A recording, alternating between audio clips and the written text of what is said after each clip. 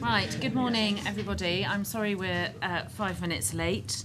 I would like to welcome you all to this meeting, particularly Dr. Pam, who is representing Marita this morning, to Ross Bailey, who is representing David Hamilton, and a very warm welcome to Dr. Charlie Orton, who joins us as a non-exec director, and this is your first board meeting. You're very welcome. Yesterday, Kate Lancaster was with us.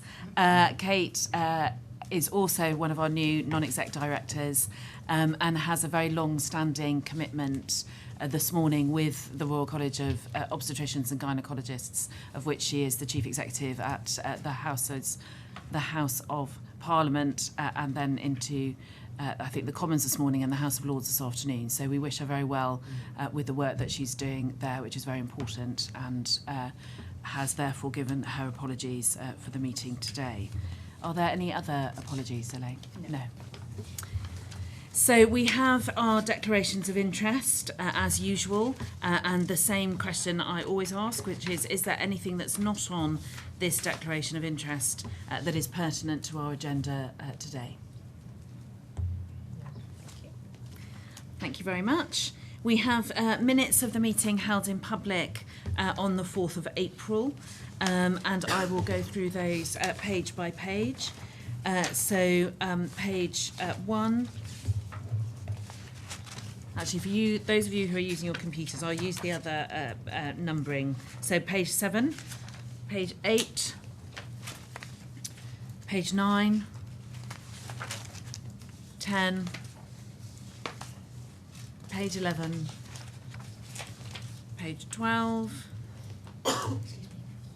13, 14, 15, 16, 17. Thank you. The matters, may I say that those are an accurate reflection of the meeting then? Yes. Thank you very much. The action log, there is only one issue on here, which is for a risk management session. Some of the non-exec directors went through a sort of whistle-stop tour of that yesterday with Paul Moore, and we made the decision that we would like the entire board to go through that together. So we need to hold a further meeting where all of the executive directors and all of the non-executive directors are present, and there will be no excuses to not come. So we need to find a date that will work for everybody, because we need to have that board discussion about what our risk appetite is. So Elaine, if I can task you with trying to find a date to do that, and we need 3 hours for it. Thank you.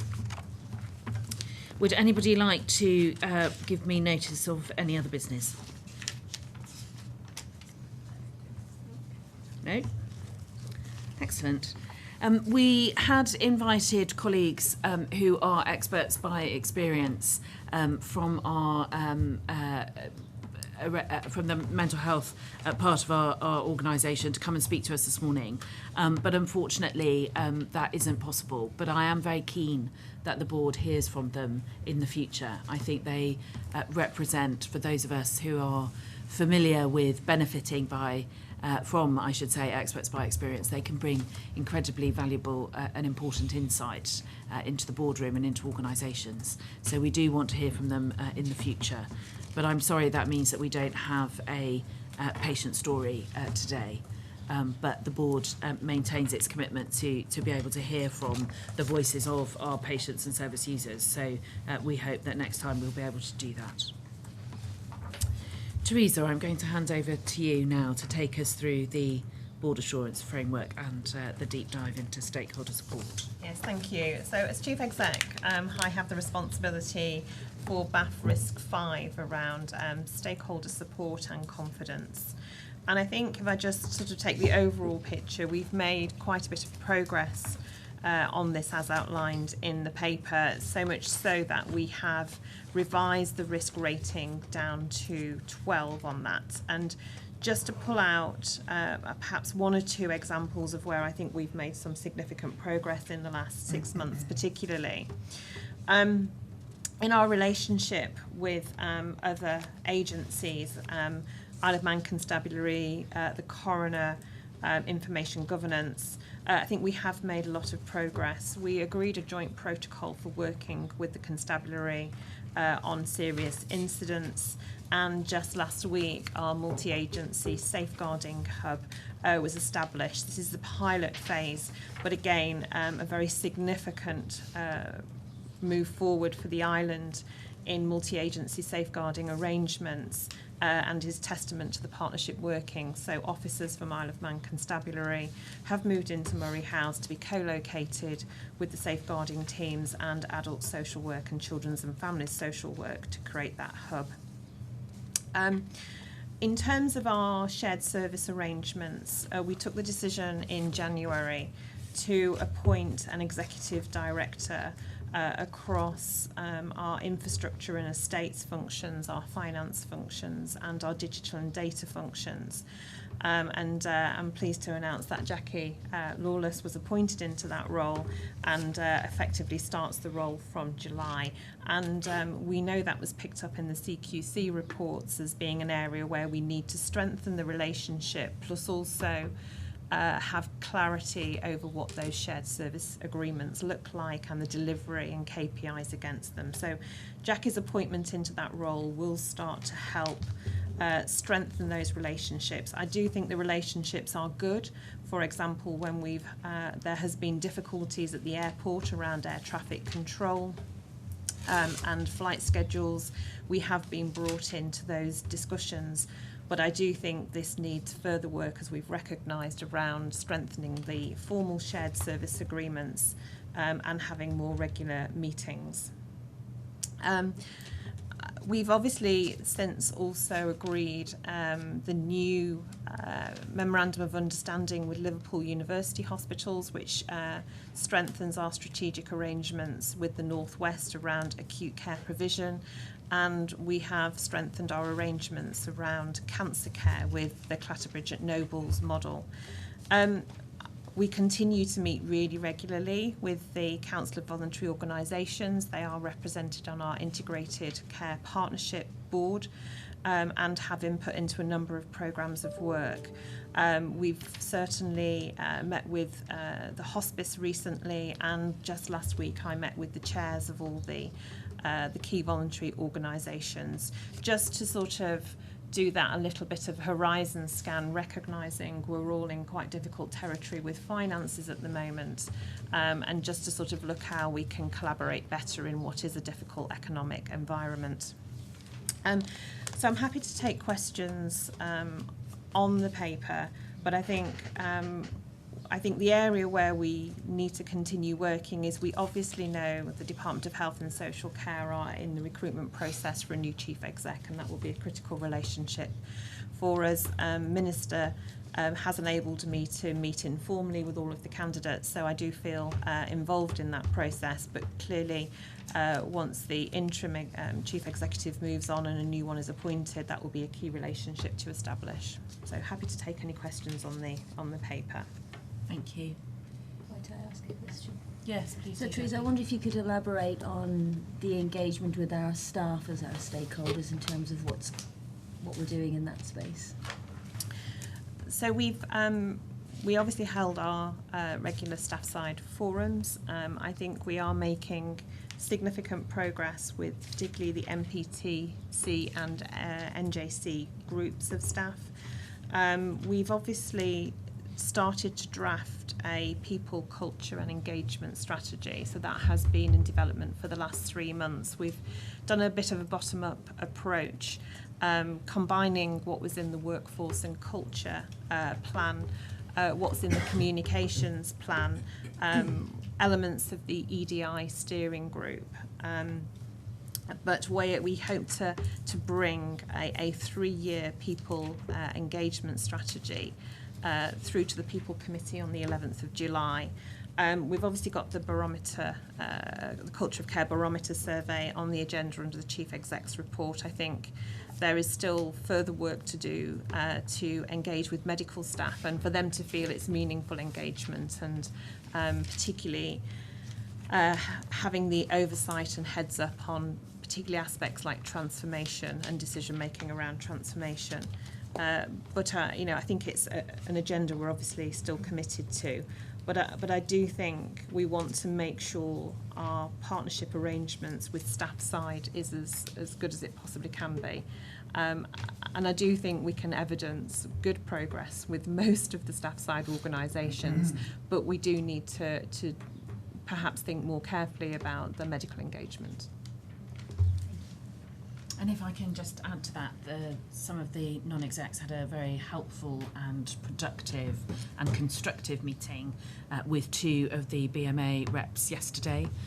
There was some very good feedback, very good mutual understanding of some of the issues that we need to focus on, and we've made a commitment to discuss with Teresa how we might continue to develop that relationship. So that was really very much appreciated.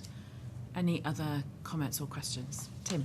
I just wondered, in terms of the support around HR and organisational development, whether and because of the slightly complex arrangements we have between Manx Care and the government departments, I just wonder if we have enough support and enough resources focused on that area. I would suggest we haven't, and I do think that is recognised. We know there is a lot of work to do on the culture agenda, and the workforce and culture team, part of the Cabinet Office, is at only 50% capacity. We've recently been able to secure permission to recruit into those roles. Anne might be able to comment, but we do know that there was an independent review of OHR, and the conclusion was there wasn't sufficient capacity across the function in terms of the whole government piece. And we definitely feel the impact of that. I definitely feel the impact of that. I would suggest as a chief executive I spend a disproportionate amount of my time every week dealing with HR matters, and it is stopping me doing the wider external piece, I have to say. And I don't know whether Anne wants to comment further, but I think we have recognised this. No, I would agree. There's a lack of resources, and I think it's forcing us into a reactive rather than a proactive position in terms of helping solve some of those problems before they start. I think we have the beginning of a conversation with the department and government about how we might secure additional resources, if you like, both into the employee relations space and then also into the culture and workforce space. So I think we recognise that it isn't where it needs to be. Yeah, no, thank Sarah, if I may as well, I think there's a danger that we sugarcoat this too much. I think the meeting we held last night, I thought was very productive, although there were some uncomfortable elements to it. And I know and certainly perceive and feel that we as a board, and for the last 2 years, we have really tried very hard to live the values that we set out at inception.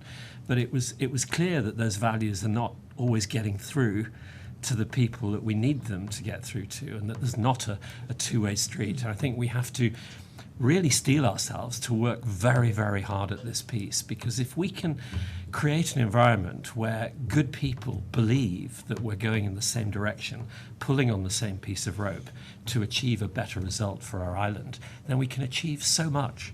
We really can achieve so much. And so on the one hand, I was disappointed that perhaps that culture, if you like, that we have been trying to set at board level hasn't got through. And yet I was really pleased that the folk we met were alerting us to the fact that it hadn't got through, because we can do something about it. And I think that, I talk about a reset and alignment a lot in finance, and I think this is a great opportunity for a reset and alignment. Yes. Yeah, I would agree. Nigel, and I think it is variable with different sectors of the organisation. We know that there are certain areas of the organisation that have not felt the impact of the activities we've undertaken on culture. We've obviously agreed to do the NHS full survey in October, and I think that will again be another incredibly helpful baseline where we're able to assess the impact of our cultural activities on the whole organisation. Because at the moment we've got sector specific and again an opportunity to survey the whole organisation and then stratify it and then really use that as our revised baseline going forward. Thank you. It's a very important piece of work. Yes. Yes. Any other comments or questions for Teresa? Thank you. Elaine, we're going to come to you for our board work plan. Thank you, Sarah. So, yeah, we've included it in the pack today. So the work plan will be used to inform the board agendas, routine reports which form part of the board cycle of business during the year. It's an iterative document which will reflect organisational priorities. I don't know if anyone's got any comments. Any comments or questions? I think we probably need to strengthen this in the area of how we produce our annual, not the financial plan, but our annual funding request into Treasury, because that's a very specific deadline, and I think sometimes we get caught out because it's so close to our year end. Yeah. It creeps up on us very, very quickly, so perhaps we need to think about that going forward. Yeah. Thanks, Elaine. Any other comments? Nope. Thank you very much. So come to my report. I would like to apologise for the fact that we've not held a board meeting in public for some time, but for the record, on Good Friday I fell down the stairs and broke my back, so I've been incapacitated for a while, and I'm delighted to be back on the island, particularly to hold this meeting in public, but also to attend our annual event this evening. I think that we have been working very hard behind the scenes on some very complex and difficult issues around the money, as Teresa has alluded to, and also to ensure that we have reliable air services from the airport across for when we need that. As I've already said, the issue of medical engagement and indeed communications across the piece with staff remains really important to us, and as a board. I was absolutely delighted to hear that the Governor visited social care recently and spent much longer with the team there than had been anticipated, and wrote a very warm and supportive letter to the staff afterwards. And so we are very appreciative of the support of the Governor and of his wife for that visit, and indeed across the piece they're always keen and wanting to come and visit and see our work. I'm delighted that we were able to announce the appointment of Charlie and Kate onto the board as non-exec directors, and we're currently working through the process of bringing another non-exec forward for approval to Tynwald in the autumn. I don't think I've anything else to add in terms of my verbal update, but I am, of course, willing to take any questions or points of clarification.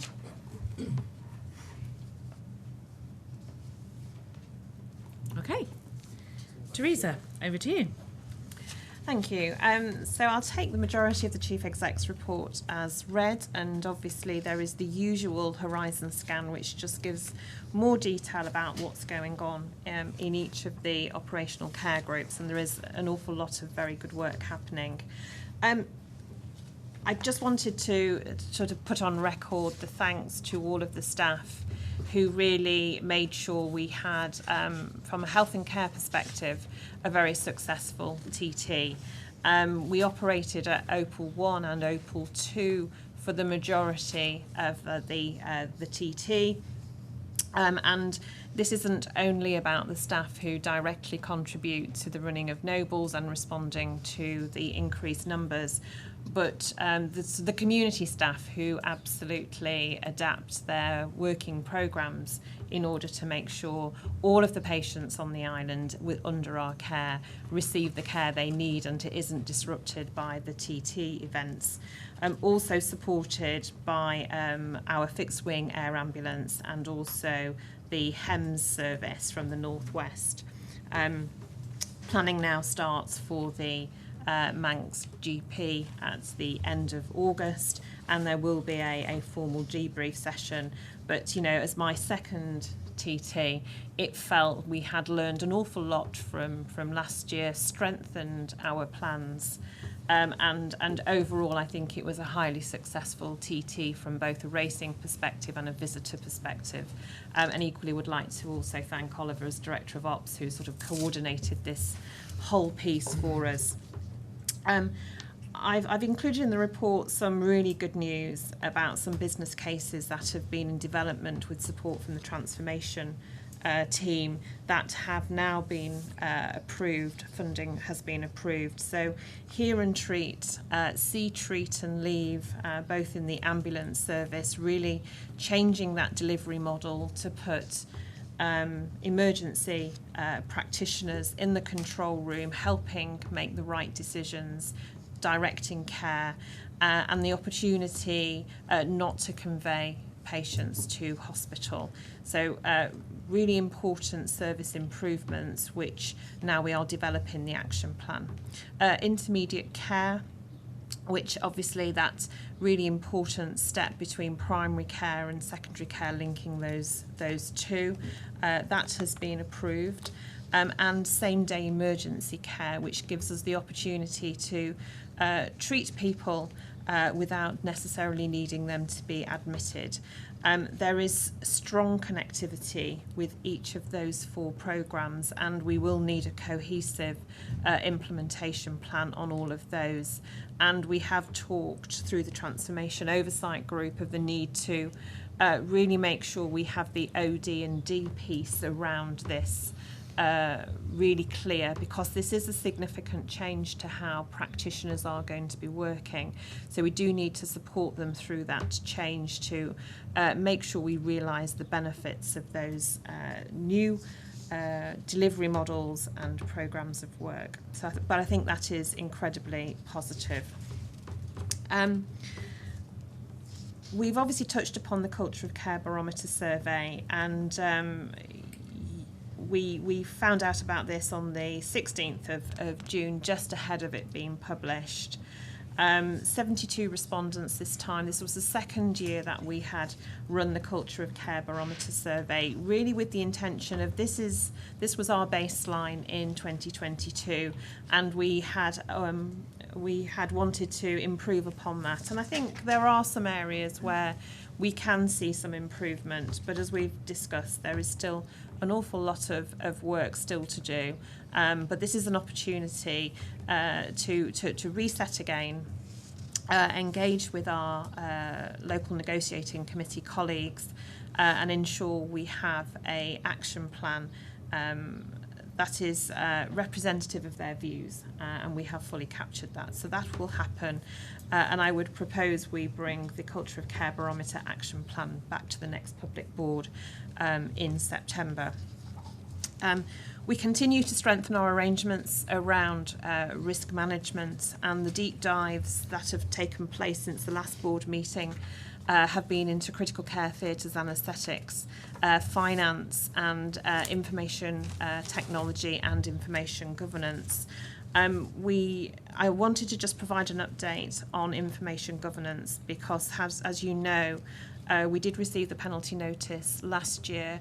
We have had a comprehensive action plan in place against all of the requirements of that penalty notice. We reached the position in December whereby we had made significant progress that the Information Commissioner agreed to stay that. And the deadline is the 5th of July. We have written to the Information Commissioner both last week at the end of June and this week, and are able to confirm following the Information Governance Advisory Board last week that all of the actions required of Manx Care have been completed, including the creation of a separate global address list for the organisation, which is intended to reduce the number of data breaches, as it really does close down the people available on the Manx Care email list and does not include external individuals. So that has been a significant source of breach. And we genuinely hope that that does have the impact. But we have responded to the Information Commissioner. As I say, the deadline is the 5th of July, and we are hoping to hear some positive news. Beyond that, I would like to think he is satisfied that we've delivered all the actions in accordance with our plan. I can confirm that. I'm happy to take any questions on the remainder of the paper or the Horizon scan. Any questions for Teresa? I'd just like to say well done on getting all this information, Commissioner stuff done. Amazing. Huge amount of work. And, I may say also that as a clinician, I think we're incredibly pleased with the news of the approval of the business case group of integrated care and SDEC. It will make a huge difference. We're seeing high volumes of attendances through ED. We've got patients on medical outlying wards, and part of the exit block is not having that bridge between secondary care and primary care. So this is a really impressive step forward. Thank you. Thank you. Just to reiterate my thanks to Teresa and the team who worked so hard on the Information Commissioner's requests. I think we are seeing a really, a kind of extreme rise in the number of requests for information, and I know that that's not just an issue for Manx Care, but indeed across government. And I think we need to have a strategic approach to how we continue to satisfy the number of requests that come in, but do that in a way that is proportionate to our resources, because as we have already indicated, and we'll come on to talk about in more detail, finance is an increasing pressure, and we are here to deliver services, and we need to just be conscious of the amount of time, effort and money that's going into servicing a vastly increasing number of requests. So we will be taking that forward more widely across government. Any other questions? Katie? So just to develop that point, Sarah, so yes, there is an increasing trend for DSARs across industry, not just across government, across health and everything. But I just would like to make the point, and we will come back to it later, is that part of the solution to this is Manx Care Record, because then people will be able to see their own data. And there's a whole load of stuff going on about that as well, but that is part of the solution. So, thank you. Okay. Thank you very much. Oliver, we're coming to you now to talk to us about the Ballysalla Medical Centre. Ballysalla. We all know that Manx Care took over Ballysalla medical practice on the 1st of May of this year, after the contract holders decided to give back their contract to us. So we took over from the 1st of May, renamed the practice the Ballysalla Group Practice. Dr. Martin Rankin, who has been a long-standing GP within our med service, our out-of-hours GP service, took over as clinical lead on the 2nd of May. And we're very fortunate that all of the permanently employed staff within the practice decided to stay on. We secured their employment by transferring them over to Manx Care on a permanent basis, and many thanks to Anne's team for doing such an amazing amount of work in a very short period of time to get all of that transition, all of that, that assimilation done. So we, in terms of that kind of immediate steps to stabilise the practice, we introduced a new governance and leadership structure within the practice, and we established initial weekly management team meetings with myself, Anne-Marie Cubban, who's the General Manager for Primary Care, Sarah, who's the Primary Care Service or GP Service Manager, and Katie, who is the practice manager within Ballasalla Group Practice, and they moved to monthly a short period ago. And within the practice, we have a triumvirate style structure of Dr. Rankin, Katie, who is the practice manager, and Sarah, who's the GP service manager, who meet on a weekly basis just to go through the just general kind of day-to-day running of the practice. We continue to monitor the performance of the practice like any other GP surgery, so we monitor them through the GMS contract, General Medical Services contract, in terms of performance, but that kind of flow of money that would happen in a normal contracted GP practice obviously doesn't happen. In terms of development, we've managed to introduce a first contact practitioner who is an advanced practitioner within physiotherapy. They started a couple of weeks ago and are seeing patients with musculoskeletal problems, and they're able to refer on to orthopaedics as well as deliver their own treatments. The FCPs have been supported by Dr. Peter Griffiths, who's our clinical domain lead in musculoskeletal within the primary care network, who works alongside the first contact practitioner for 1 day a week. That model is also being reflected in Kensington Group Practice, which is in Douglas. The Southern Wellbeing Partnership have launched a drop-in within the practice on a weekly basis. They offer advice and support to patients on a range of topics such as community support, social services, community mental health services, and also provide signposting to other third sector organisations such as social security benefits and housing. We're also looking at an imminent opening up of the Patient Access app, which is an island-wide app that people use to access GP services. There is a variable range of access or functionality depending on what practice you're a member of, but what we're looking to do within Ballasalla is open up that as much as possible, so as much online interaction can happen, so making appointments, changing appointments, cancelling appointments, as well as access to elements of their patient record. Discussions have started with the Community Wellbeing Service, which sits under Ross, to discuss the deployment of mental health professionals from within the Community Wellbeing Service into the practice, which is always the plan as part of the kind of primary care at scale. Obviously looking to, now that the practice is part of Manx Care, a lot of those information governance challenges which has made implementation of those practitioners difficult. With other practices, obviously they fall away now that it's part of our organisation, and we're also starting to look at the setting up of community clinics within Ballasalla. So at the moment we're looking at developing some community diabetology and endocrine clinics, as well as some community renal clinics. So that was just an update.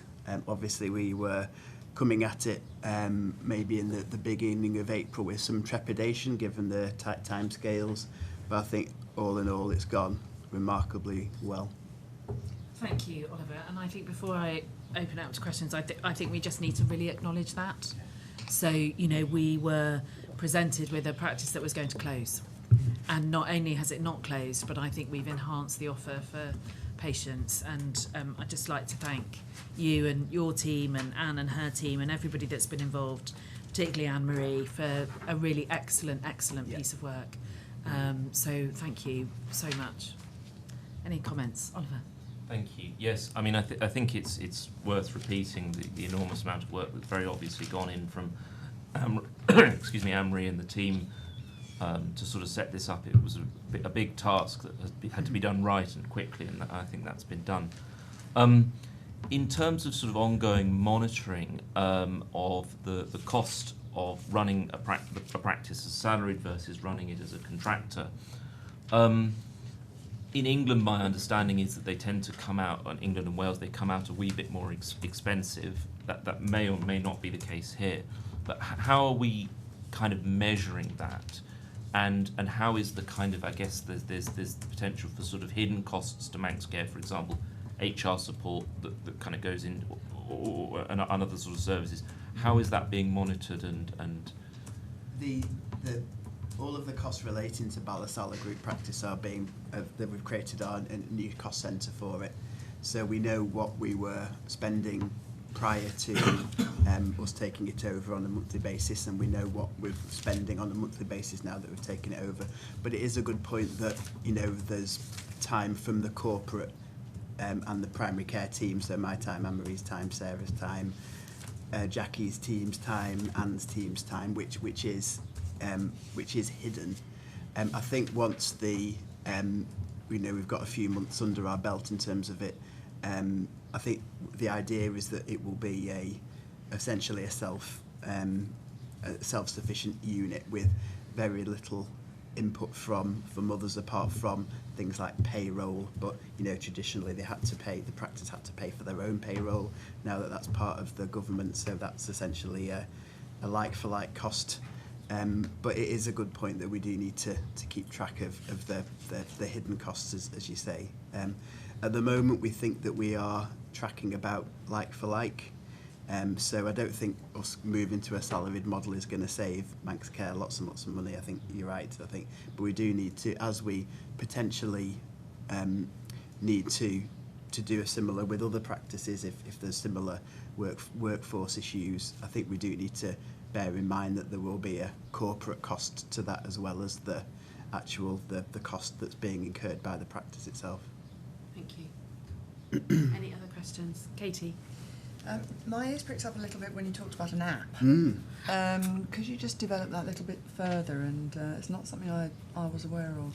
So, and Dr. Ellis might need to help me out because he's more familiar with the app. But we have an app that is available to all people on the island that are registered with a GP. It's called Patient Access. It's limited functionality, but the majority of the functionality is around appointment making, changing, cancelling. There's also the ability to request repeat prescriptions. There's an ability to view a cut down version of the medical record, if I'm right. And also there is a portal to around video conferencing, is that right, that was used briefly during COVID. So is there anything I've missed? Yeah. Should I come in? Yeah. Please. So yeah, so Oliver's right. So there's lots of different functionality, sort of almost like modules that can be switched on and off by the practice concerned. So different practices across the island have chosen to switch on different aspects. So it might be being able to book a certain percentage of appointments through the app, and the practice can mark which appointments they want to be available. It might be that patients are able to view what their codes are. So a code is essentially a number or a string that represents a specific diagnosis, a specific problem, a specific examination finding. Historically, practices for some of this have been a bit wary from an information governance point of view, because obviously in terms of accessing records, normally there's a filter that a GP or someone would go through to kind of scrutinise that and make sure it's all correct before it's released. It has the potential to be extremely positive, the app, and has been very positive for GP surgeries. I think it's a really good idea that this is being pushed out a bit more, but I think it's far from straightforward. You mentioned the video conferencing, which never seemed to work very well, actually. No. We were never quite sure why, but no one ever got it to work well. Okay, the only reason I ask is could I just sort of note a little bit of caution here, because of course some of this functionality, in theory, is supposed to be built into the Max Care record. So could I ask that you have a conversation with Gregor and Simon about it? I think before it gets pushed out any more money spent on it, could I just make sure that there's nothing that's actually going to start clashing with Manx Care record? Yeah, I mean, it absolutely. I mean, okay. it exists, so there's probably not any more money to be spent on it. No, but I don't want to maintain it. I don't want to develop it. Is my point. No, yeah. It's a system that exists, and it is just switching modules on and off. Okay. I don't think there is any potential conflict with the Manx Care record, because you know, within scope of the Manx Care Record is a much wider patient kind of app which allows access to the entire care record, not just the primary care bit. So I will check with Gregor and just make sure. I'll get him to link in with Katie and Dr. Rankin just to make sure everything's fine. But I don't foresee it as a conflict or as a problem. Thank you. Thank you. Nigel. Thanks, Sarah. So could I, colleagues will be aware around the table that, because I've disclosed it previously at these board meetings, that I and my family are patients of Ballasalla Group Practice, and we've used the so-called app, Katie, for about 3 years in anger now, and it's absolutely excellent. And in fact, probably I would go the other way, and I would say that any frustrations with the app are because of lack of functionality, not because of the app itself. So, you know, as an old dinosaur up at this end of the table, you know, it's very easy to use. It's quite intuitive. And I think, you know, given that we get a lot of comments over the ability to make appointments online, if that functionality were to be opened up, clearly a matter for the practices, I think it could solve a lot of problems. But it's really good and it works really well in practice. And I have actually, there might experience be an of it. argument that says that we build on that application. I think it's an NHS branded app as well. Yeah, so that might be that might be an So argument. you'll have inbuilt security, and a lot of, you know, stress testing will have already been done to it to Okay. hopefully satisfy compliance, etc. I think the most important thing is that there's connection. Yes. With the other work that's going on. Ross. Actually, can I just pick up the issue of the CBT therapist that Oliver referred to? We're looking at that really progressive way of embedding more therapy staff into primary care.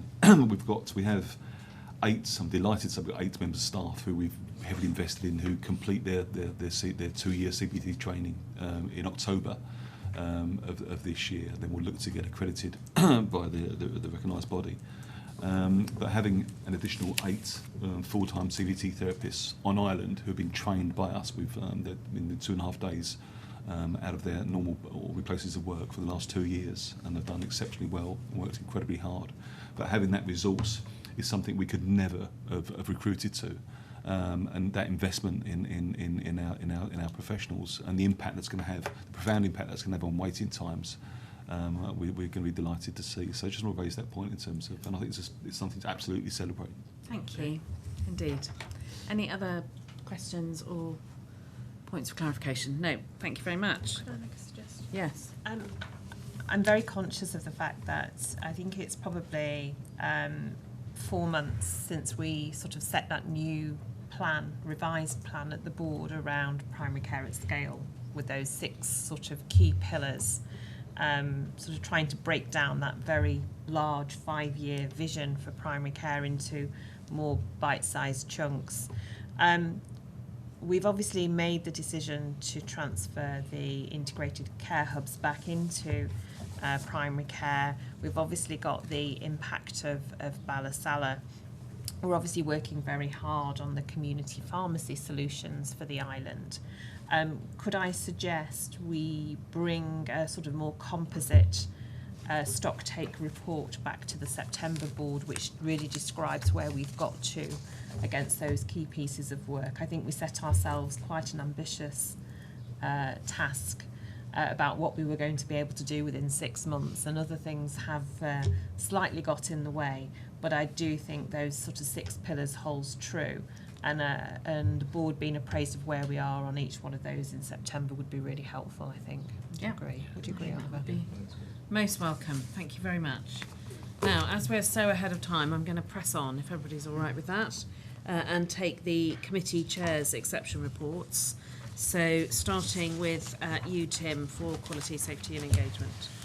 Thank you, Chair. There are 2 reports you have because of the timings of the meetings. So I'll go to the May one first, which you have in front of you and would have read. And to highlight from the May one, the areas to be alerted to escalated to the board. One on independent advocacy service, and the other on the implementation of the Mental Capacity Act, and both of those are being followed up with the Department of Health and Social Care. And then if I move to the meeting last week, which again you've got the papers, and to highlight on that an issue of violence and aggression towards staff, which we discussed in the earlier in the year. And you'll see that we understood that incidents were only captured if harm results, and the committee recommended that Manx Care take a firmer stance with an undertaking to report matters to the police where appropriate, and it was agreed at our private board previously that that was to happen. So we wanted to put that on record at the public board, that verbal abuse and harassment should also be captured and the police involved if appropriate. Also, had an update on the home birth position, and the committee heard that staffing levels are still insufficient for the service to be offered, and it was agreed that the suspension should be extended until staffing reached a level where it could be safely resumed. And we also looked at the CQC operating plan and bringing that together from the, as the board will recall, the many CQC inspection reports which were provided, and bringing that all together into a reporting framework, and that the board will receive its first report on the 1st of September. Well, that's been aggregated. That's not to say that work isn't underway in terms of those actions, and that's not also to say that a number of actions were completed before the reports were received, because there were things that we knew we needed to change. But to seek the board's approval for that to happen in September. Also happy to take any questions, and I'm sure Paul will be able to answer questions better than I can. Yes, Teresa.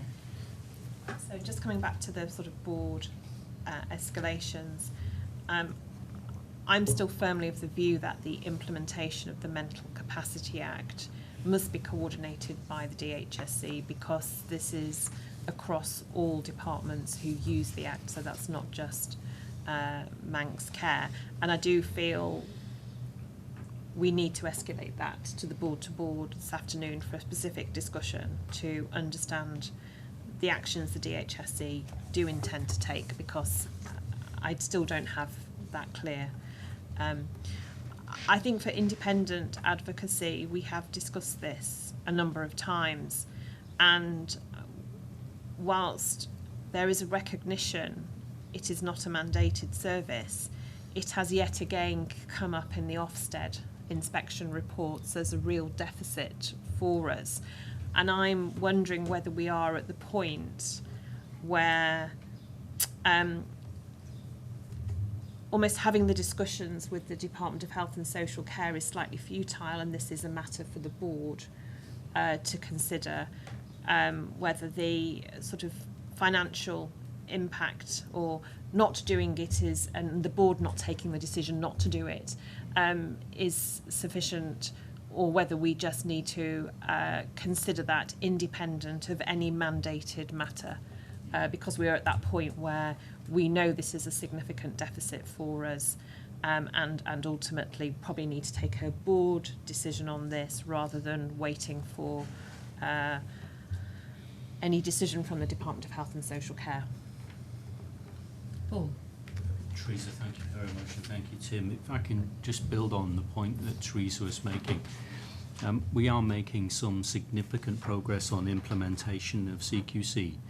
However, I think it might be prudent for the board to give some consideration to the budget it intends to allocate to the implementation of that plan, recognising that there are a number of actions in that plan that will require resourcing in order to be compliant with CQC.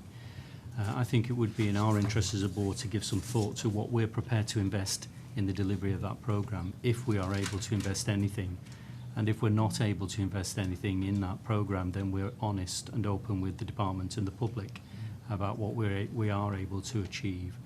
And the second point to that comment is touching on what Teresa's mentioning, which is I think it's in the board's interest to insist at the earliest opportunity on clarifications of what will be included in the Regulation of Care Act, because that will define the criteria against which Manx Care will be judged, and it will need to have consideration and time to consider what resources are required to comply with those regulations and what kind of timescale it would take to implement them. And I think those are a couple of very important things we might want to flag early doors, notwithstanding the huge Herculean effort that's gone into trying to improve the compliance already.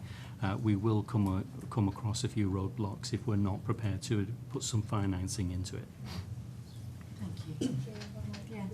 So, absolutely right, Paul. I think we've been well aware that responding to many of these inspections will require additional finance and additional resource.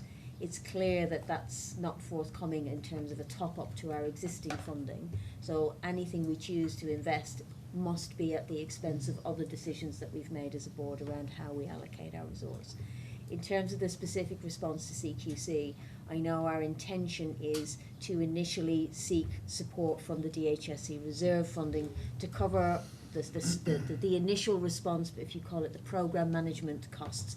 But it's clear to all of us that fully responding and appropriately responding and making improvements will require ongoing recurrent funding. So I think that's something we need to build into our funding requests for 23-24. I think we could probably manage what we need to do in this current year by using the reserve, and the DHSE is aware of that. It's the longer term one that I'm worried about. No, can I come back on that? I mean, Jackie, thank you. I think you're absolutely spot on. The only perhaps caveat, I think, is an expectation that members of Tynwald might reasonably have that by the time the CQC come back, we will have resolved the issues that have been identified. They will be back within 6 months or so before they start the re-inspection process. And if we just reflect for a moment on the sheer scale of the ask in relation to mental capacity, training and implementation, which is across the whole organisation, I cannot see that being met from within existing resources in this financial year. Sarah, yeah, I absolutely agree with you, and I know it's a significant area of concern for us in terms of what the ongoing impact of that might be. I think you're right in terms of being honest about what's realistic, because there'll be some things that finance actually won't be the issue. There'll be just pure resource legislation, various other issues that limit our capacity to respond in the time frame that we would aim to do. And I think the earlier sight we have of that means we can start to have that discussion with our stakeholders about what's realistic to expect. Yeah. Finance is just one of the variables that's a limiting factor here. It is agreed. I think we have to be really, really clear about that, because I think you're absolutely right in terms of when the CQC come back, there will be an expectation that things have moved on, and if we have financial constraints and aren't able to do that, then we need to have that conversation with the department and with Treasury. Ross and then Oliver. Thank you, Chair. I just echo, I think, Teresa's sentiment surrounding the issue of advocacy. I think the board has a decision whether it needs to intervene, given the continued and historic inertia. I think it's the only way you could describe it. It's been going for years, with a variety of independent regulatory bodies highlighting this as a deficit, as well as clinical colleagues highlighting it. I think it's even more profound given the absence of capacity legislation on the island. So given that issue, the advice we've had from regulatory bodies, I think the board has to make an urgent decision in whether to grasp the ball by the proverbial horns and act on the advice. So just to echo Teresa's sentiment. Thank you. So what do you, before I come to you, Oliver, what do colleagues think about making that decision? Nigel? I think it's imperative that we make this decision, and quickly. If you go right back to basics, to Jonathan Michael's original report, what he was basically saying is it's not working, change it. And that's what we're here to do. We're here to bring about change, to be agents of change. And, money is a lubricant, it's not a propellant. And we spend a lot of time talking about money. There is a bigger picture discussion to be had, as you know, and we're going to get onto that into finance. But I think also there is, irrespective of the mandate and irrespective of the relationship that we have defined in contract with our stakeholders, given that we are cited on this, we have a fiduciary duty to do this for the greater good of the greater all. I don't want to get too pompous about it, but I think that's the realpolitik of it. We have to do it. And also the good news, Paul, the good news is that this CQC work is in itself transformative. It is in itself transformative. If we get that compliance right, we are bringing about the right kind of change for the right kind of reasons. So I don't think we have any choice, and I think we have to steel up, and I think we have to get on with it. So are we So, prepared? Yes. I think from an operational, a risk, as a quality delivery point of view, I think it's clear that the board would seek to do this. It's a bit of a no-brainer, really. But I feel we need to remind ourselves in terms of the board's other financial obligations is that it's not permitted to commit budget that it doesn't possess. And we need to factor that into any decision we might want to make that involves spend. And it is very clear if you're going, our budgetary allocation is a fixed sum. We have allocated that completely across the organisation. So if the board chooses to make this decision, which I understand the reasons why, it will have to make a corresponding decision about where it will remove budget, not reduce spend, remove budget from another area of the organisation. And I think it needs to consider the decision in that context. So on its own, it's a bit of a no-brainer, but then you're going to have to balance that with what is the thing that we are going to not fund, not do, in order to create the headroom for that. And I think unless you've got that side of the argument, you're making a decision not in full knowledge of the facts. Teresa. Yeah, and I don't think we should make it here. My point was intended to say the decision to fund advocacy or not should be a Manx Care Board decision, not trying to get that agreement through the Department of Health and Social Care. This is something which is fundamental to care delivery, and particularly for the services that we deliver. And therefore, I suggest it goes back. It's all ready to go in terms of the specification, the costing. We know it is ready to go, and I would suggest we ask FP&C to do the work to understand how that is funded and what is not funded in order to create that, how that's prioritised. Are you happy to do that, Nigel? Of course I'm happy to do that, absolutely. Adding to your word. Excellent. Is that called a hospital pass? There we go. Oliver. I wonder if I may just speak about the violence and aggression towards staff, which was raised, which is obviously a very serious issue, and I think it feeds into the kind of the culture and the workforce and how staff feel about the organisation. Is one of the key features is how, not so much when things are good, but when things are bad, when things are challenging, how well supported they feel. And looking at what's obviously there's more detail behind it, but looking at sort of verbal abuse and harassment will be captured and reported to police. But it's not completely clear, I think, when you're a staff member on the ground, is that harassment? Is that abuse? Is that unacceptable or is that acceptable? And I think for a lot of patients and relatives who are in stressful situations, that line is not always clear as well. And I wonder if there's a piece not just about something that's to be said, not just about when things are to be reported to the police, but defining what that is very clearly so that everybody knows what that is, and having something that we as staff and as members of the public can point to and understand and say, well, this clearly doesn't meet that threshold or does meet that threshold. And I think that would help go a long way. I don't know if you've had any thoughts about that. I think we should. I think to clarify, I think this was a very specific point about the only thing that was being reported is if it resulted in harm. And our point in the meeting was actually, if you feel that you have been harassed, you should report that. So kind of report more rather than less was that point. But in terms of the definition of it, I would welcome a discussion. Charlie? I was just going to pick up on a similar point and ask about the culture of reporting, and if you're currently satisfied with that, and whether staff feel able to even report what would be determined as a near miss. So near miss data can be very insightful in terms of trends, patterns. It's not always about when the violence actually lands, it's about what builds up to that and the circumstances. So I would very much encourage more reporting, and particularly on near misses, but to bolster that with education and help for the individuals to know what constitutes a near miss and harassment and things like that. So it's just going to be my comment. Yes, I Jackie. think the other thing is that reporting is very, very important in terms of understanding what's going on in the organisation. But I think from an individual point of view, reporting it is not very helpful. I think what we need to be able to do is to help our staff understand what's going on and actually deal with the situation in the moment. So they feel safe in the moment, they feel able to control the situation to prevent it from escalating.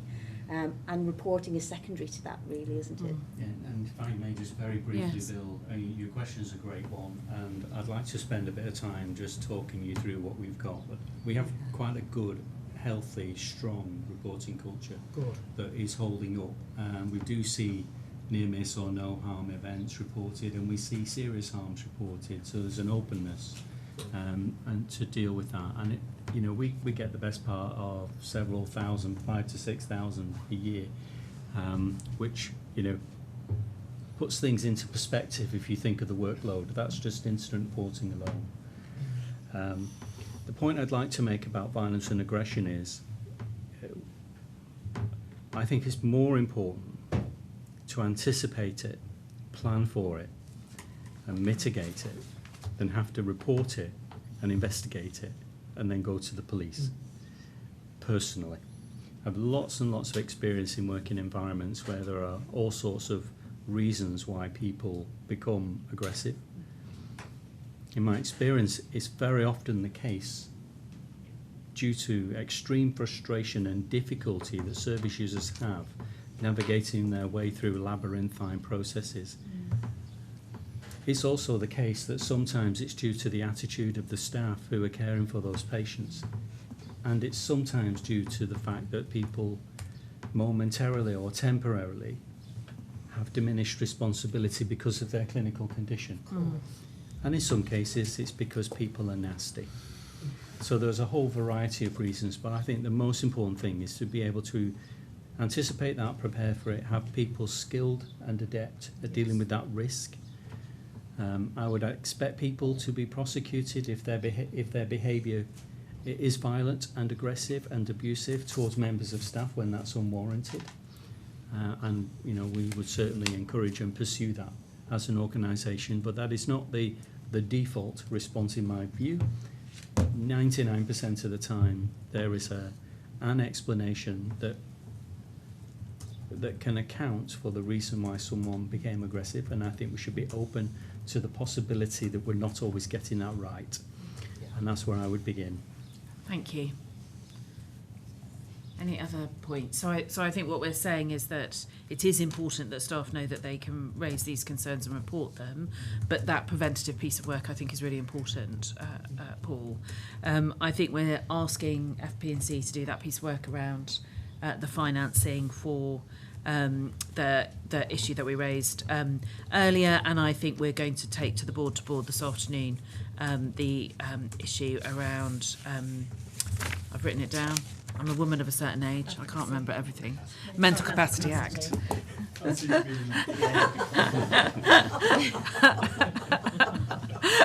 Tim, rescue me quickly. I was just going to go back to Oliver's point about if we don't, making sure that staff have some idea about what behaviours are acceptable and what behaviours aren't.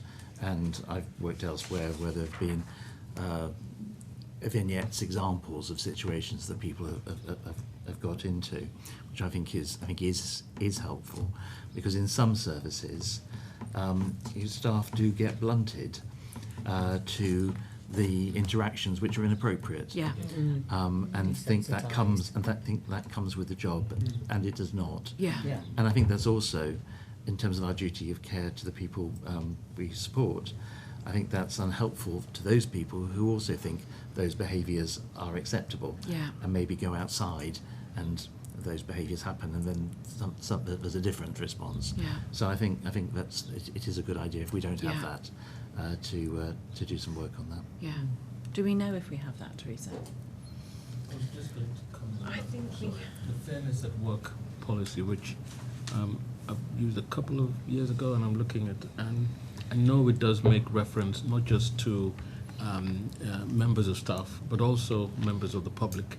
And I Okay. think there is some granularity within it Okay. around what behaviours constitute, harassment Yeah. or bullying. So perhaps this is something we could, she says, adding to her own workload, ask the People Committee to look at in terms of what do we say? Do staff know what it says? Do we need to publicise what that is? Because I think it is really important. It is, and it's one of the very initial pieces of work we picked up in the EDI steering group, if you remember, and because we do have a violence and aggression policy, but it needed to be much more nuanced and specific around body language, verbal aggression, and almost setting that in the sort of EDI context as well. So I think it was with Sue Davies to do a rewrite, but I do think the People Committee, as part of that overall strategy, needs to. Thank you. Nigel. So could I just also make a plea that in your review of this whole very important piece of work, which impacts people in their daily lives, that we don't lose sight of the fact that there is also a place for fun in the workplace. But there's a very, very fine dividing line between verbal bullying and banter, as I would call it. But in stressful situations, often the use of fun and humour can be very important and is a very natural and real release for people who are working and under various pressures. And I think it's very important to give real guidance about that, because particularly when you have a diverse organisation, different cultures, different relationships, it's important to get that right. And I think we need to set that tone quite high, but I would be disappointed if we had such a dry organisation as to ban fun and a little bit of humour. I think we need to be really, really clear that fun, absolutely, banter, absolutely not. No. And we need to be, there is a lot of work out there about how respecting people is so important. And, I'm sure we've all got experiences of someone thinking it's funny and actually we recognise ourselves or we recognise in someone else that is not funny at all if you're sitting in their shoes. And so I think whatever we do, we need to be really, really clear that this is not about the organisation saying what is acceptable. This is about listening to staff and reflecting back how we ensure that we are an inclusive and welcoming organisation for anybody who wants to come and work with us. So I think the board is clear about that, and we'll take that into People Committee and look at those two policies and make sure that we've got something that's very clear about acceptable behaviours. Thank you. ICP Committee, there's nothing to raise to the board, Tim, I see, but is there anything you wanted to comment on? Well, in terms of the 30th of May report, there isn't anything. No, but there is on the 27th. But there is on the 27th. So that was just in reference to the geriatrician on demand. I won't use the acronym. The geriatrician on demand system, and just the importance of that system, particularly I think in terms of supporting staff in the community, in terms of deflecting ambulance trips to the ED, and enabling people to remain in their own homes and in the community. And just to alert the board that there is now in place recruitment for a geriatrician, but there will be a time lag in terms of that. Thank you. Oliver? It's a very small point, but I can certainly think patients who might be troubled by the acronym. Actually, I think it's a problematic acronym actually, and I think that might be where a good example of Nigel's fund moving into. I think it might need thinking about. I agree. I don't think we should use it. Okay, Nigel, FP&C. Yeah. So, Sarah, thank you. The Finance Performance Commissioning Committee met last week. As ever, it was a long and challenging meeting. And you have the papers in front of you. We discussed the May management accounts. We had a very broad and general discussion about the finance update looking forward and horizon scanning. We received the integrated performance report, report on restoration and recovery, and also delighted to report that we received some thoughts on a commercial development strategy and introducing some private patients mix into the horizon, which is, I think, very good news indeed. I'm acutely aware of the ancient Greeks. When a messenger would arrive bringing bad news, he would have his throat cut, or if he brought good news, he would receive a sack of gold. Well, I'm afraid that the news is not good. The financing position continues to look very challenging, and Jackie will speak to that in detail later on in the meeting. And also we have a curious way of recognising our liabilities immediately in the accounts before they've been funded. So often our management accounts, which are predicting a fairly grim shortfall at the moment, are probably much worse than they actually are as when the funding does come through. But we're being very realistic about that. On the finance side, risks have been used on Datix now, going onto the central risk register, which I think is very good news. And also, we received a very comprehensive IPR report. I did just want to spend a moment on that and give you some context on that. There's been a massive amount of work done around the IPR in collecting data, and I just wanted to recognise publicly the work of the teams behind collating that data. Huge amounts of work in terms of getting that more mechanised, although in part we're still collecting it manually and inputting it into spreadsheets. But I see a real tipping point in the integrated performance report is coming alive as a tool and being used in anger. And we see that at Finance and Performance. And I wanted to say that's a real good news story, I think, from all our perspectives. And, the commercial development strategy itself, talking about private patient planning, I think poses interesting challenges, but also poses interesting solutions. Because looking ahead 15 or 20 years and aligning our interests with those of the island plan, if we go to 100,000 people on this island, it's almost like TT every week. So there are challenges out there, and I think big picture, the funding model is very stressed at the moment, and I think the salami slicing is over. We need real transformation in what we do, and I think, ranging ahead, that is going to be some kind of blended model. I don't think we have any choice but to start talking about that. And I think rather like the CQC, it's absolutely incumbent on us as a board to start thinking about that and ranging ahead and providing solutions rather than problems. I think it's absolutely key. So yeah, a very interesting, challenging meeting, but I think a very productive one. Thank you. Any comments or questions? I know Jackie's going to come on to talk in a lot more detail, but Teresa?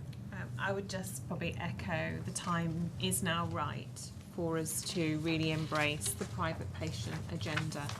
I think the board made the right decisions in the first 2 years to really get the NHS waiting lists under control, address some of the chronic staffing challenges, and we are certainly not out of the woods by any stretch of the imagination, but we know I think, have reached that point where there is a stabilisation amongst the nursing workforce, we have achieved some significant reductions in the waiting times, and we have got that good quality data underpinning our decision making.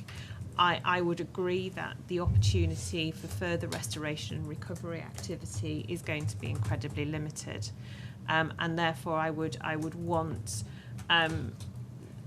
some real clear options presenting to the board on private patients and which route we do go down, given there are probably a number of different opportunities. We know it's a very strong feature of our discussions with the medical workforce here, their willingness, their readiness, their desire. In fact, their contract gives them the absolute right to undertake private practice here, and obviously we do need to switch that back on safely, appropriately, well governed. But I do think we should push hard on this now, and potentially bring back some very detailed plans for the board to consider in September. Thank you. That would be appreciated. Katie. Thank you, Chair. So I'd just like to draw the board's attention to the Manx Care Record piece. It's not showing as read in the paper simply because it's not something that's in our direct control. But it is highly concerning. It is highly concerning, and there's been some correspondence around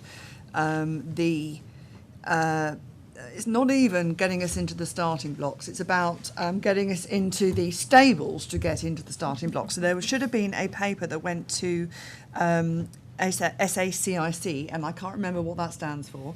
But essentially, there needed to be a paper that went to the government that says, we need a Manx Care Record. What is the likelihood that there will be any money available for this? Not, this is a business case, this is the money we need. It's literally the starting point. And that has not even gone in yet. And hasn't for the last 2 meetings. And I know that we wrote to Minister Allison and we asked if there's anything we could do about it, and we haven't had a reply. The reason I was slightly agitated about the app is that that's not the only thing. There are pockets of IT all around the organisation that are filling a gap and need to do so. But we will get to the stage, in fact we are getting to the stage where some of those things are either falling over, running out of support, need enhancements and so on. And the in terms of trying not to waste money, I'm screaming, don't spend money on that because Manx Care Record will come. But of course, at the moment, we're nowhere near Manx Care Record. So at the D&I committee, a lot of activity has been around, well, what do we do and what are the next cabs off the ranks for the things that are going to fall over or the things that are going to need money spending on them? And we are at a tipping point whereby we're going to start spending almost as much money in terms of trying to maintain what we've got as we would do if we started to go down the path of Manx Care. There has been a conversation about partnering with Liverpool. They themselves aren't off the starting blocks with their business case.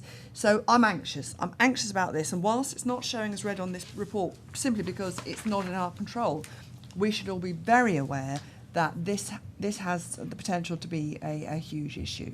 So I just wanted to make sure everybody was aware of that. Teresa talked about the Information Commissioner. I'm satisfied that that is progressing well and all those sorts of things. But as far as I'm concerned, the biggest worry for me is Manx Care Record isn't anywhere near the starting blocks, and yet we are spending money on other things. So, but that's all I need to say, really. Thank you, Katie. Oliver. I think what Katie said is true, and I think certainly from the point of view of the PCAS project, we and from the work that we're doing, we regularly come to a point where we say, this IT functionality, this informatics functionality would be helpful, but there is a Manx Care Record incoming, and it's putting a brake on innovation. That's a very good way of putting it. It is. And I think we need to know whether it is incoming or not. Yes. Because if the answer is not, then okay. Yeah. Yes, absolutely. Yes. So I think that is the question we keep trying to get an answer to, and we shall continue to do so. Yes. Thank you. The People Committee, we have spoken about the lack of resource in workforce and culture, but also about a plan that we have to try to readdress that. We've also spoken in this meeting about the Culture of Care Barometer.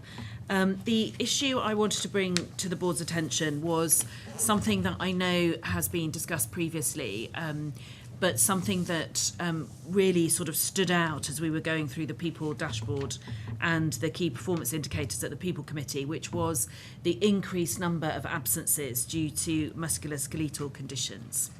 And we had a discussion at the committee about how it is not unusual in other health organisations for there to be a staff clinic with physiotherapy input, a sort of triaging service, if you like, that may enable staff to access resource either within the organisation or outside the organisation, which will enable them to return to work more quickly. And it was really to ask the board whether they had an appetite for us to explore such a clinic. Absolutely, yes. Yeah. I mean, that's a no-brainer, isn't it? Yeah, they did a similar thing at Alderhay, where if somebody did have bad at work, the first line was occupational health, rather than occupational health coming later down the line. It was a first line thing straight away to link them with occupational health and to do something on site in the workplace, if you could. Depending on the condition, obviously, but Yeah. there's a lot that can be done immediately and on site. Yeah, Oliver and then Paul. Oh, sorry. So I guess there's one question, which is, would this fall under occupational health, which has quite a, or would this fall as part of hospital services? And secondly, would this be extended to, for example, external contractors or GPs, of course, and our other sort of colleagues at hospice? And there's quite blurred boundaries, isn't there, between what constitutes us? So that, I guess, would need nailing down. And we did discuss that in the committee, and I think our first thought was, let's see if we can make this work for people on the Manx Care payroll, first of all, because we've got massive financial issues. People are off sick with issues that actually could be resolved quite quickly. And if we can do that and bring them back to work, then that would be good. And then potentially we could look outside.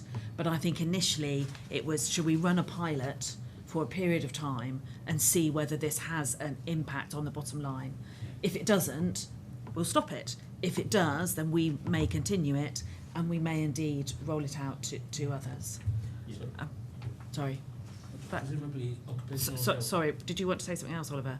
Oh, if that's right, I would hope, because historically, sort of our external colleagues, our contractors, our GPs, have felt that perhaps they're a bit of an afterthought, and of course, when they're off sick, Manx Care work suffers as well. Yeah. So I mean, absolutely, I hear this point about piloting it, but have we got like a kind of a time frame? No, and then we're asking the board if we can look at it. Okay. That's the question, and I think what I'm hearing So is yes, and I actually feel- could we develop it further? I feel like we need to bracket that and then have a real target to move that out to the wider Manx Care Absolutely. family. Yeah.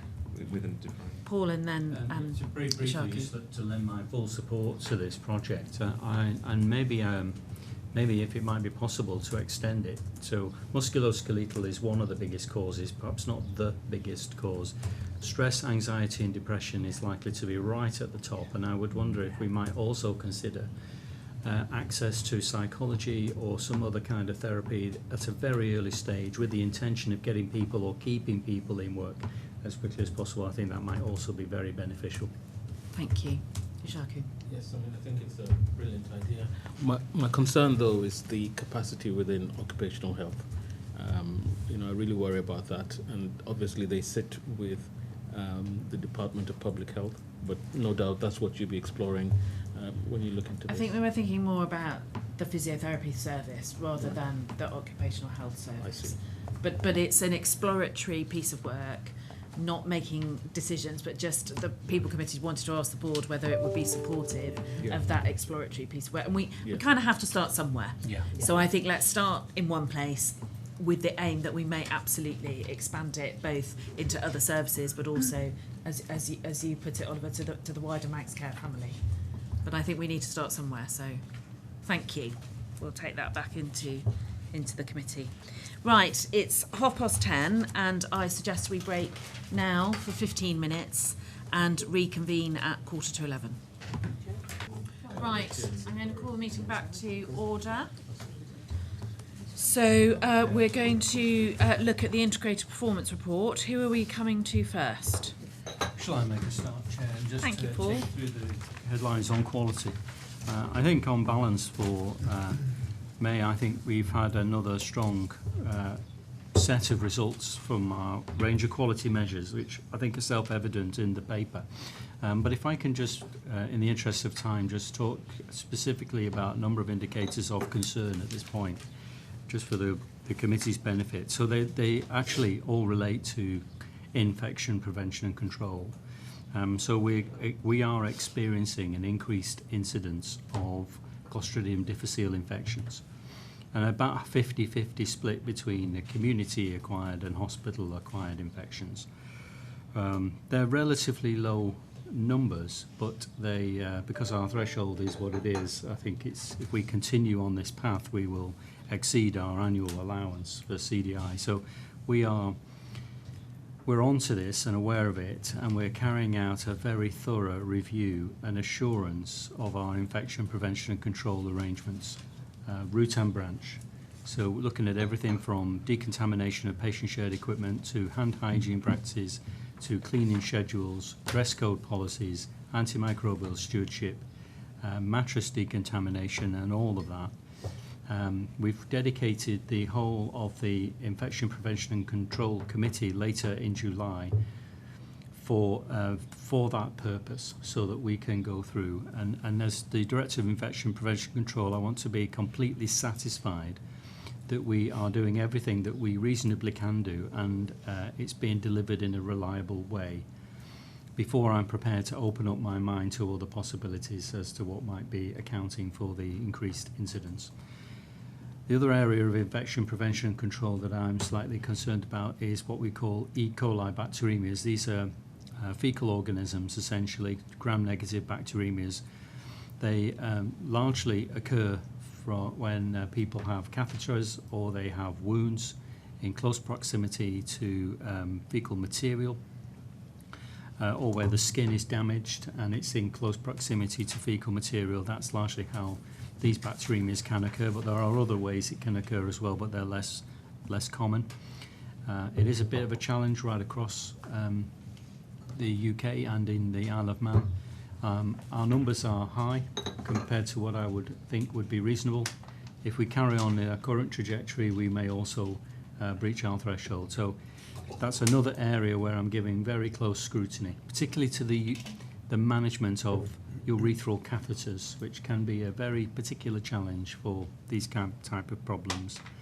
And the third point is in relation to antimicrobial stewardship. And I know that I've mentioned this before. We have a reliability problem with the administration of antimicrobial stewardship in this organisation. We get some very good performance and improving performance when particular individuals are on duty, and it drops when certain individuals are on leave. I've spoken at length with Ishaku about my intentions around this, and we will deal with this issue. We have been seeing some progress and improvement on the review by a senior medic of the antibiotic prescription within 48 to 72 hours of that prescription being put in place. It has been improving, and I want to pay tribute to the colleagues for enabling that, but it's not reliable enough. And so we need to get that right up to somewhere near 98% reliability, so that we can be confident that antibiotics are being used appropriately and stopped at the right time, or discontinued and replaced with an alternative when that's indicated. I say that because the root cause analysis of Clostridium difficile infections is appearing to indicate that antimicrobial stewardship is a significant factor in our management of that condition on the Isle of Man. So I just wanted to give the board assurance that we are taking this extremely seriously internally, and we're taking all the steps at our disposal to review and renew our infection prevention and control arrangements, so that we can attempt to tackle this issue, which concerns me at this stage, Chair. I would add, however, I am being proactive and anticipatory. If you were to analyse the data statistically, you might reasonably come to the conclusion that it's normal variation, and therefore what we're experiencing is a normal, expected situation. On the assumption that this may not be normal and may be the early signs of a trend, is what's prompting me to take the action that I'm taking, and I hope I get the support of the board for doing that. Absolutely. If I may pause there, I'm happy to take questions. Yeah, I think you do have the board's support to take the action you're taking. Thank you. Any other questions, Oliver? Thank you. You touched on it before. As we know, as clinicians, the infections in hospital, infections out of hospital have similarities, but also have great differences in terms of their impact. Are you able to give any more granularity, and have you given any thought to like where this problem lies? Is it within the hospital, outside of the hospital, both? Are there different underlying causes for? I think it's probably both. I think there are causal factors that play out in community and in hospital, and I think both are of equal importance and need to be tackled. And I'll have more details on that, Oliver, once we've had the chance to go through that at the IPC in a few days' time. Any other questions for Paul? Is that a hand? No. Okay. Who'd like to pick up the next element of the report? I'll go next. So this is mainly around the operational performance, so I'll start with the good stuff. So start with R&R. So we've seen, since the start of the R&R programme, the day case waiting list reducing by 18% and the inpatient waiting list reducing by 28%. From a kind of specific specialty point of view, within ophthalmology, we've undertaken 1,803 cataract procedures, which has realised an 80.5% reduction in the waiting list, and we now have a waiting list, a wait for a cataract. If you're listed for a cataract, you're waiting around 9 weeks, which before was almost 2 years. That's quite a considerable reduction. Within orthopaedics, we've done 491 hip and knee procedures and 147 day cases, and the waiting time currently is 23 weeks. We've still got 450 more hips, knees and day cases within orthopaedics to deliver through our recovery and restoration phase 2 business case. So that will reduce down, and again we're looking for a eventual waiting time for orthopaedics of between 6 and 8 weeks. Within general surgery, this is a lot earlier in the process, so we've delivered 56 inpatient and 23 day cases within general surgery and the surgical specialties, which has reduced their own waiting list by 20%. We have recently changed the model of delivery of general surgery and surgical specialties, so rather than doing it Monday to Friday, we now operate Friday, Saturday, Sunday, Monday within theatres, but 3 session days, which is more akin to how the UK operates to maximise the utilisation of the expensive resource that is theatre.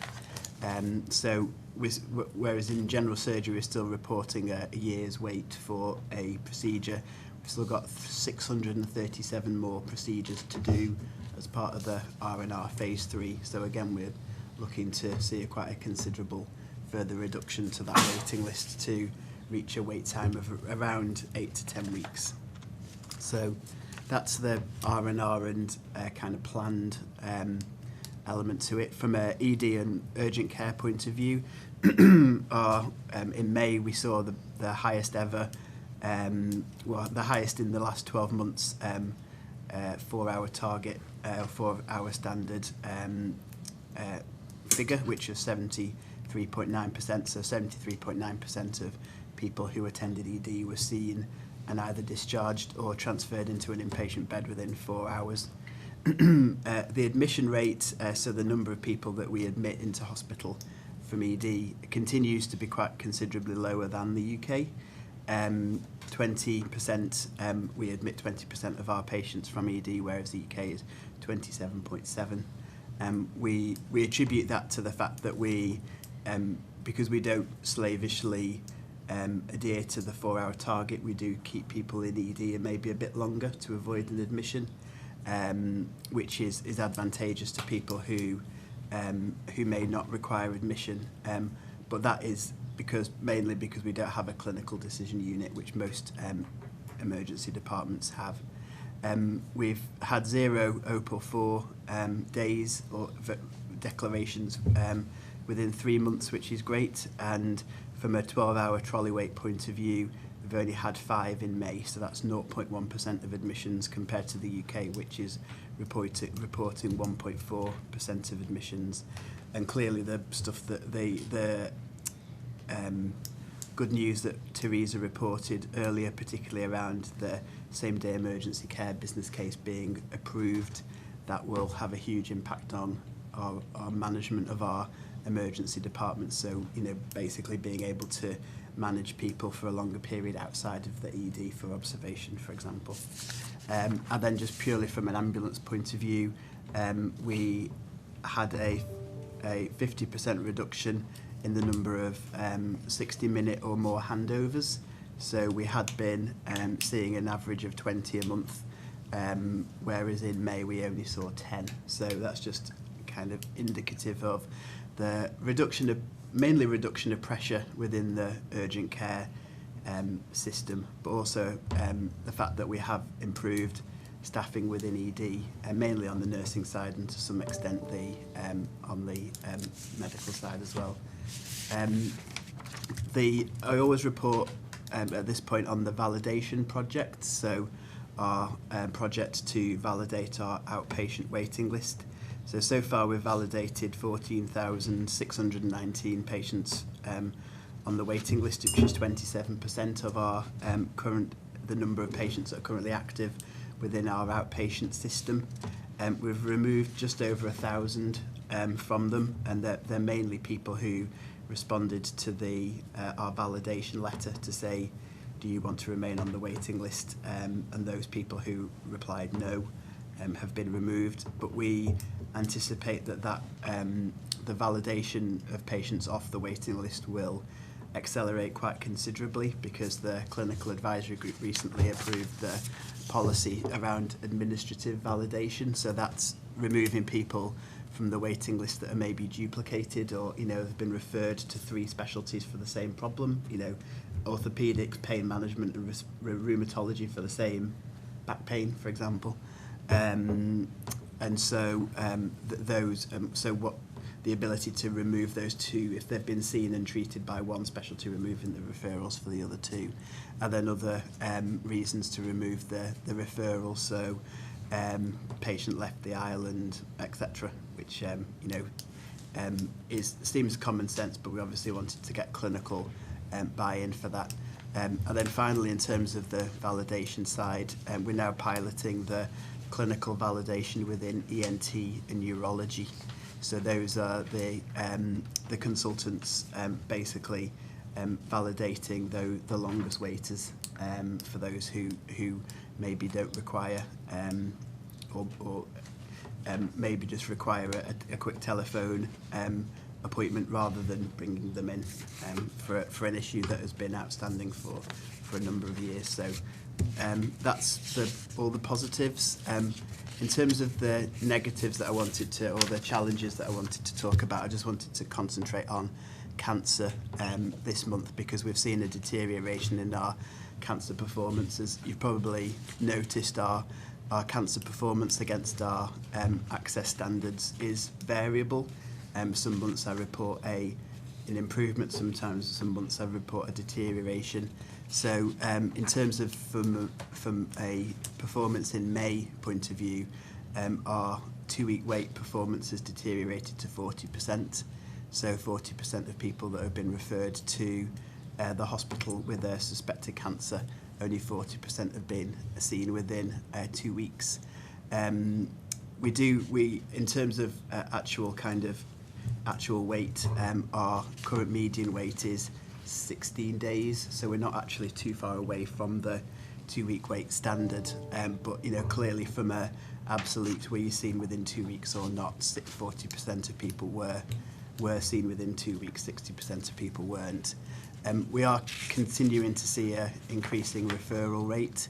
So so May was actually the highest number of referrals that we've ever received in a month. So we received 455 cancer referrals in May, which is 75 more than what we received in May last year. and an overall increase kind of year on year. Well, last 12 months, the last 12 months compared to the previous 12 months, an increase of 11.8%. I met with all of the care group teams on Monday to go through just a rundown of our current challenges. The UK have moving away from monitoring the 2-week wait standard to move in towards a thing called the 28-day faster diagnostic standard, which is measuring the time between referral and being given a diagnosis rather than the 2-week wait. So from a faster diagnostic standard point of view, we're actually performing quite well in some specialties. So within breast, we're the current UK standard, by the way, is 75% of people are told that they have or haven't got cancer within 28 days.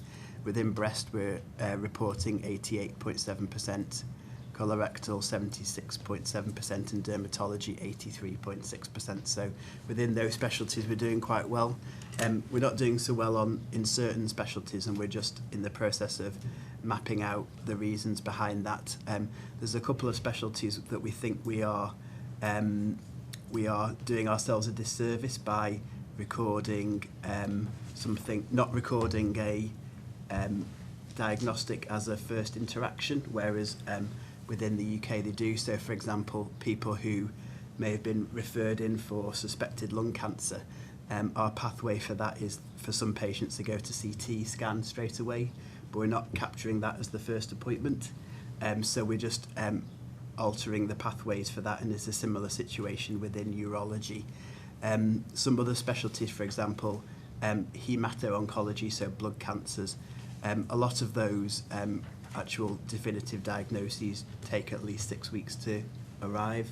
So obviously it's always a challenge to reach the 28-day faster diagnostic standard for those.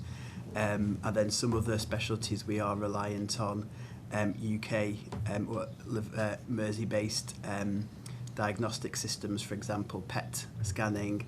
There's some cytology that goes to the Liverpool Clinical Laboratories Consortium for testing that we'll just need to look into a bit further to see whether we can maximise our performance. But we will, from a kind of overall cancer performance point of view, we will be seeking to move towards moving away from a focus towards the 2-week wait, towards the from the 2-week wait to the 28-day faster diagnostic standard from ideally next month, and we'll be putting that proposal through the various governance procedure to do that, so that we can start to report on the faster diagnostic standard from next week as the main from the next month, sorry, as the main indicator for our cancer performance.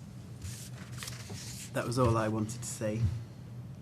Thank you. Any questions or points for Oliver? Paul? Could I raise a question, Oliver? Thank you very much for drawing our attention to that. I'm obviously very concerned about the quality implications of the cancer, and recognise that will cause, if not already causing, a very high level of concern for service users. I think we should explore a little bit about what do we understand explains our reasons why we can't see 60% of those referrals within 2 weeks, and to what extent will changing the target change that situation for those people who are waiting? Well, we always have to, we will continue to record and monitor the 2-week wait, because that is something that we need to record and report on anyway. I think there's variations in our ability to be able to consistently provide clinics every week in certain specialties. So, for example, within gynae, there's only one gynaecologist that does a lot of those cancer diagnostics, particularly premenstrual bleeding clinics and colposcopy. So that is going to, our size does have an impact on our ability to consistently deliver that target. So it's a capacity problem? It's a capacity and a demand problem. Yeah. So as I mentioned, the demand is increased quite considerably, and largely our capacity remains the same. we agreed on Monday when I met with the care groups that we are going to change the way that we monitor the cancer targets. So at the moment, the specialty by specialty targets are monitored mainly between the MDT coordinator and the clinical teams. So what we're going to do is set up a specialty by specialty PTL, patient tracking list meeting, that will meet on a weekly basis, and that will be the MDT coordinator, the clinical team and the operational manager from that area. And they'll meet on a weekly basis and identify any issues, and then they will report it up to the main PTL meeting, which is on a Friday morning, which will change the membership of that and make it a more senior. So if we are finding that there is issues around capacity, so there's a bottleneck. We've had a surge of referrals in one area. Actually having now senior decision makers there to say, actually we'll take down that clinic, or we'll cancel that clinic and prioritise it to cancer, or we might take down somebody else's clinic and prioritise, and so that space within the outpatients is dedicated to cancer. I think it's just having more senior oversight of the whole process, I think, is required, certainly whilst we get through this rocky period. I wonder if I may just come back very briefly, Chair, and just thank you, Oliver. I think that's very helpful clarification.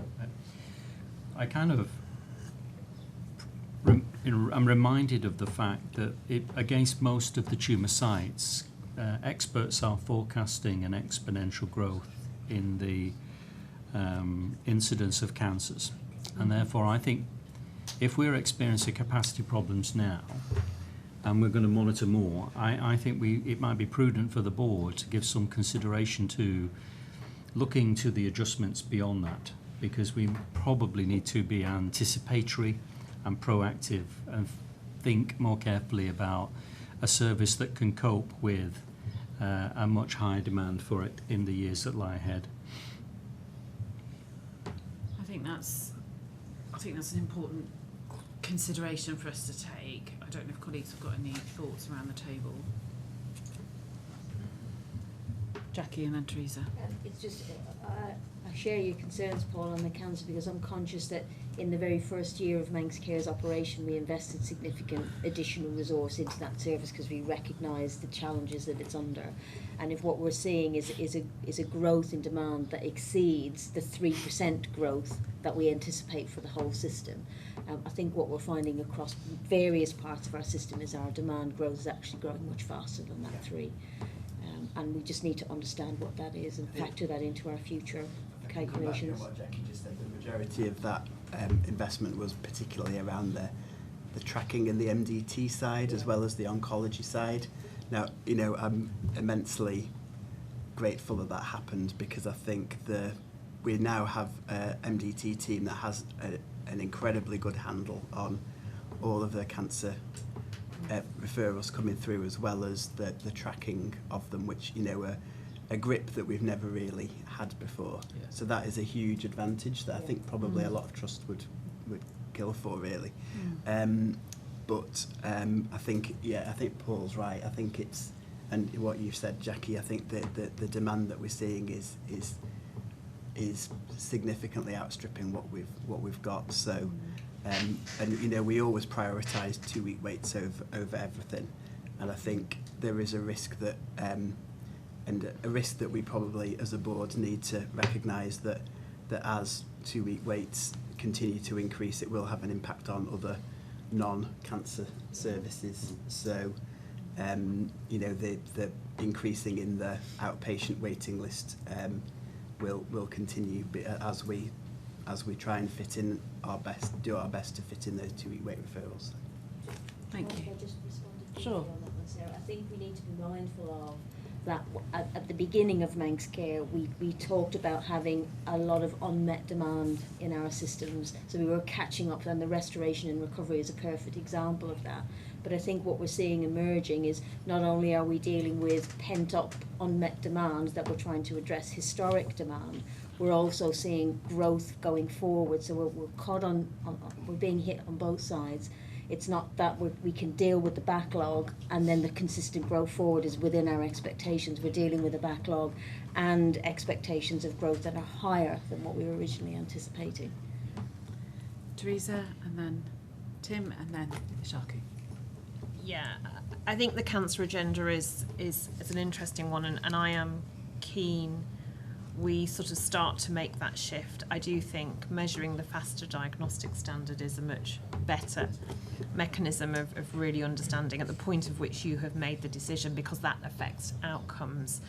I think we do need to continue to improve our planning. You know, we know there was lots of bank holidays in May. Yeah. We know that, and we should be planning accordingly. We absolutely should build in a much higher level of growth, because those systems that have achieved good outcomes in cancer care and delivery have, because they have given some very clear messages about referring when there is a very low index of suspicion. So you should never see an increase in demand as a bad thing. You should always see it as an increase in good public health messaging, GPs picking things up quickly and referring quickly. And so we should just always recognise that increased demand is a good thing. And I really want to get into sort of some of the outcome measures and start recording those. Are we seeing that impact? And I think that is a wider strategic discussion with the department and with public health as to where we are going with cancer care. Because it is only going to continue to grow exponentially. And, you know, the UK saw a 30% increase in cancer referrals. Yeah. And we are no different, and we shouldn't be any different. And we need to build our diagnostic capacity accordingly. So I'm much more keen to see the measures start to look at outcomes. Are we starting to see cancers through the emergency department? Are we picking cancers up at stage 4? That's the type of thing we should be measuring in order to understand, are we really getting a good return on the amount of investment, and are we really getting cancer care where we would want it to be? So I think it's those broader, softer measures that perhaps the Quality Committee can help us define what else we need to look for in cancer care to supplement just the sort of probably, yes, they're evidence-based, but those hard measures around 2-week wait, faster diagnostics, 62-day. No, what's the impact? Yeah. Can I just come back, because I agree. What we're trying to do is to develop as much as we can those one-stop clinics. So we started probably with breast as the only one-stop clinic. We've now got the clinic that actually does the diagnostic test as well as the consultation in one. So the first contact, you must get everything done to get that diagnosis. So we've expanded that to dermatology now, urology, and respiratory, so lung cancer. So and I think that what I talked about in terms of the strengthened governance around it will help to drive those other specialties where we may be not seeing that one-stop shop. So, for example, like head and neck and things like that. Yeah. Thank you. Tim?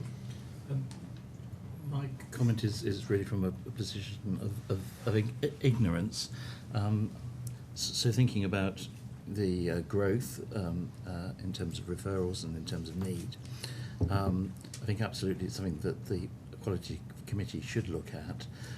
But I'd also like to hear from our clinicians, both those in leadership positions, but also those in frontline and those in primary care as well. So hearing directly from the people who are working and seeing people in this area, I think would be really helpful to me as a member of the board, and I think to the Quality Committee. And that's not to diminish in any way the conversations which colleagues have with clinicians and feed back to the board, but I think sometimes it is helpful to hear directly what's happening and what their thoughts are in terms of the future.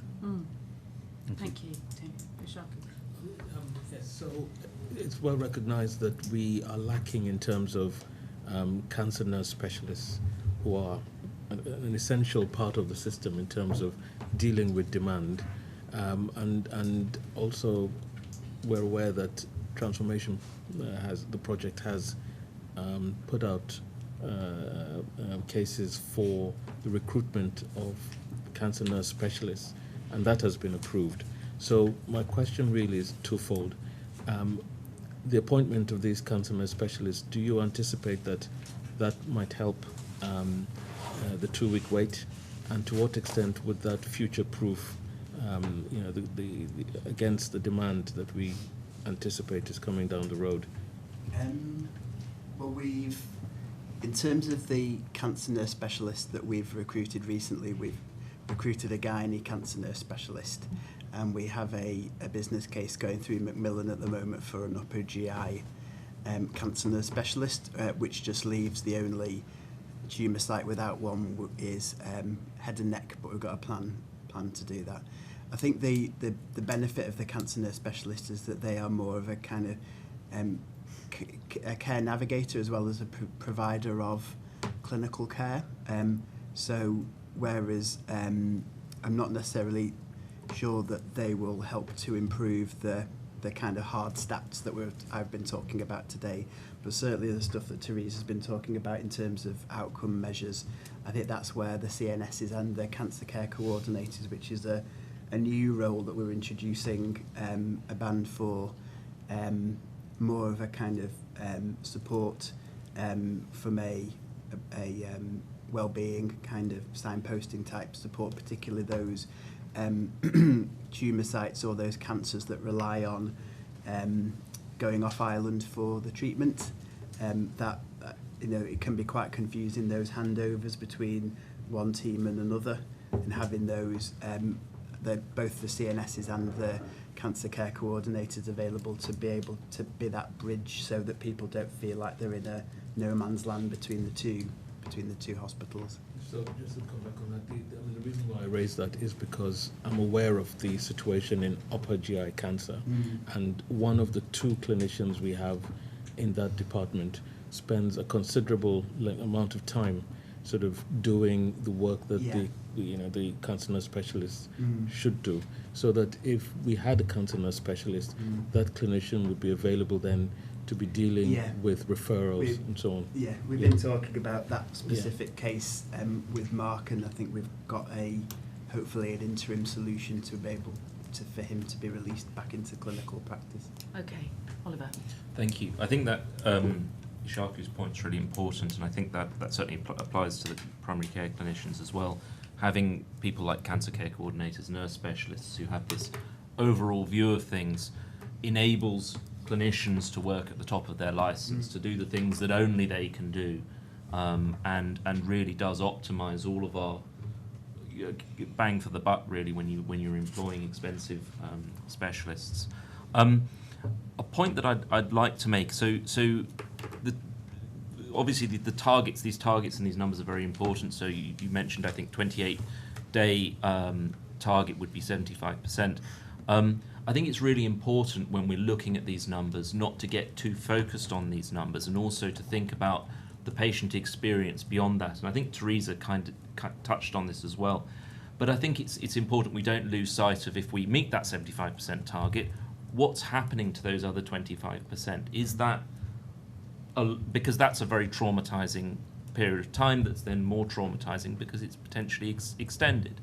And is there some way of measuring, either qualitatively or quantitatively, the experience of those people who go outside of that target? Is it that they're all being done on the 29th day, or is there a long tail, and why would there be a long tail? Is it possible to measure that or understand that somehow?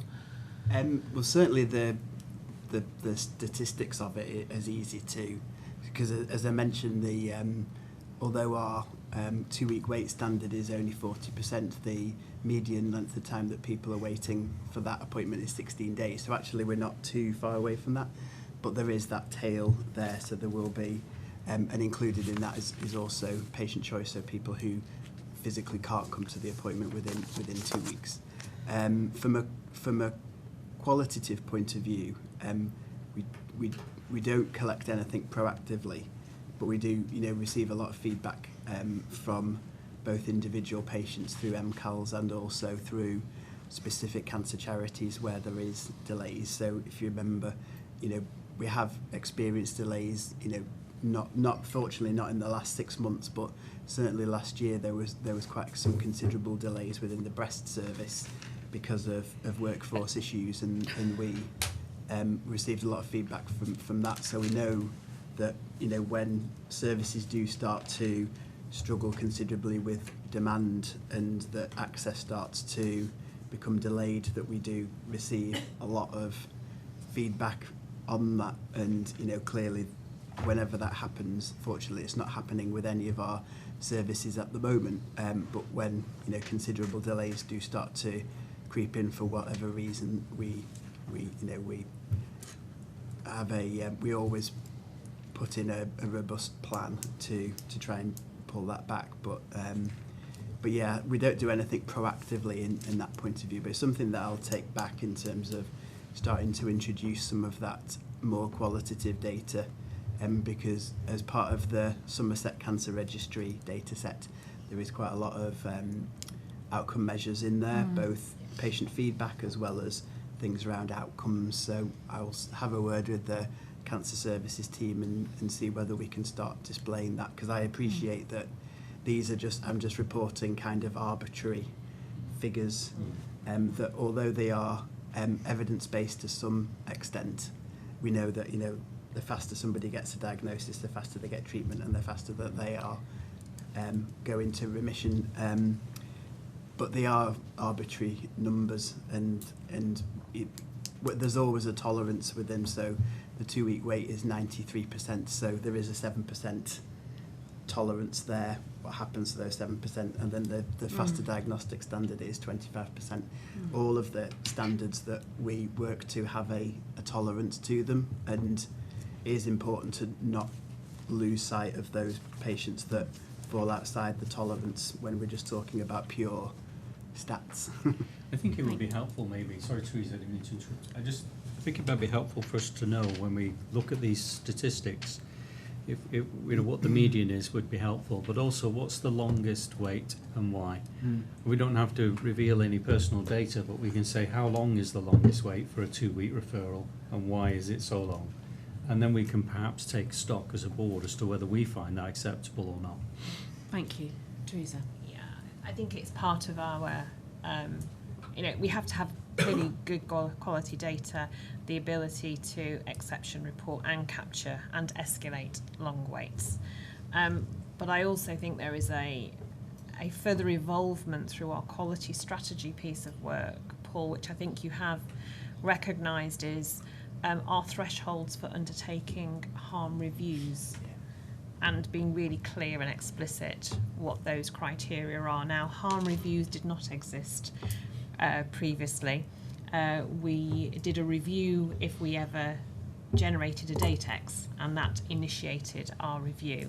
But having a much more considered approach around what would be the threshold for generating a harm review, I think is really, really helpful thinking for our Quality, Safety and Engagement Committee.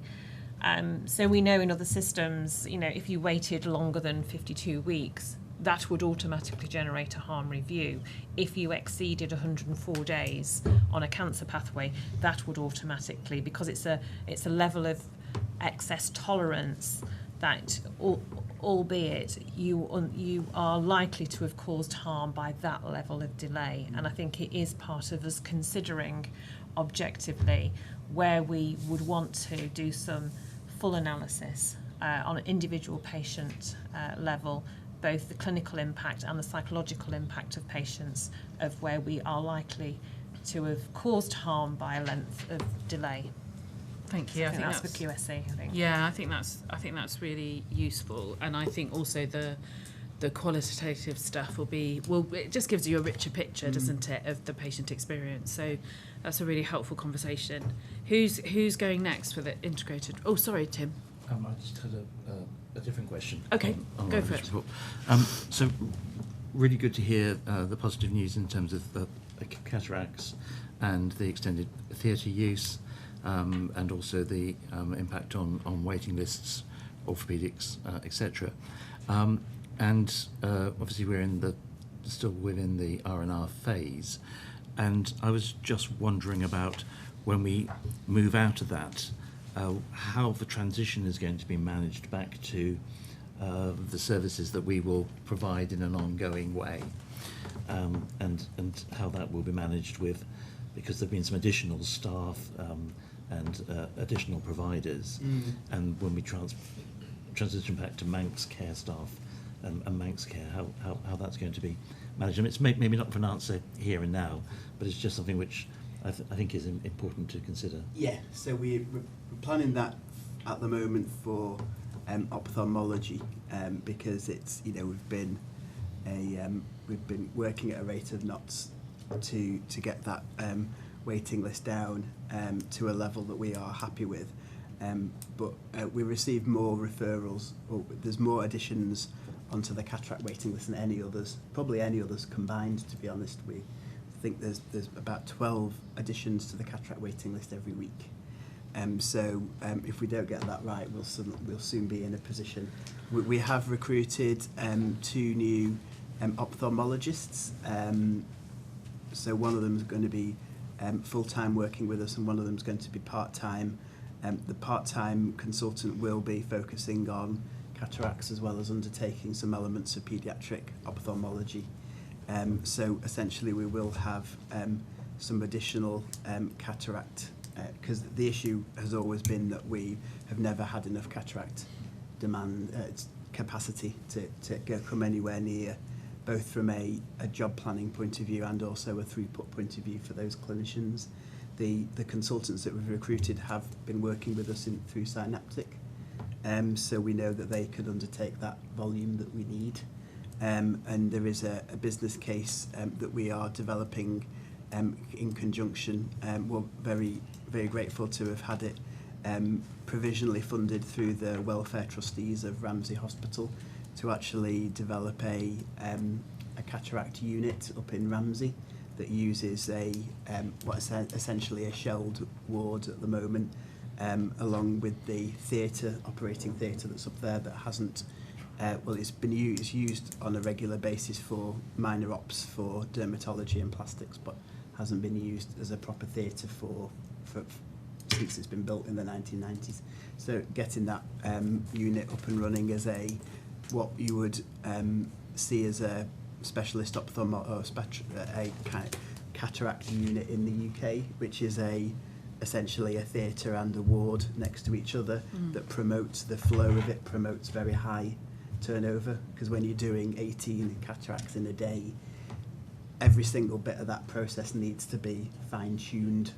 Because in the UK as well, one might see cataract operations being done in minor surgery units as part of GP practices, and in primary care.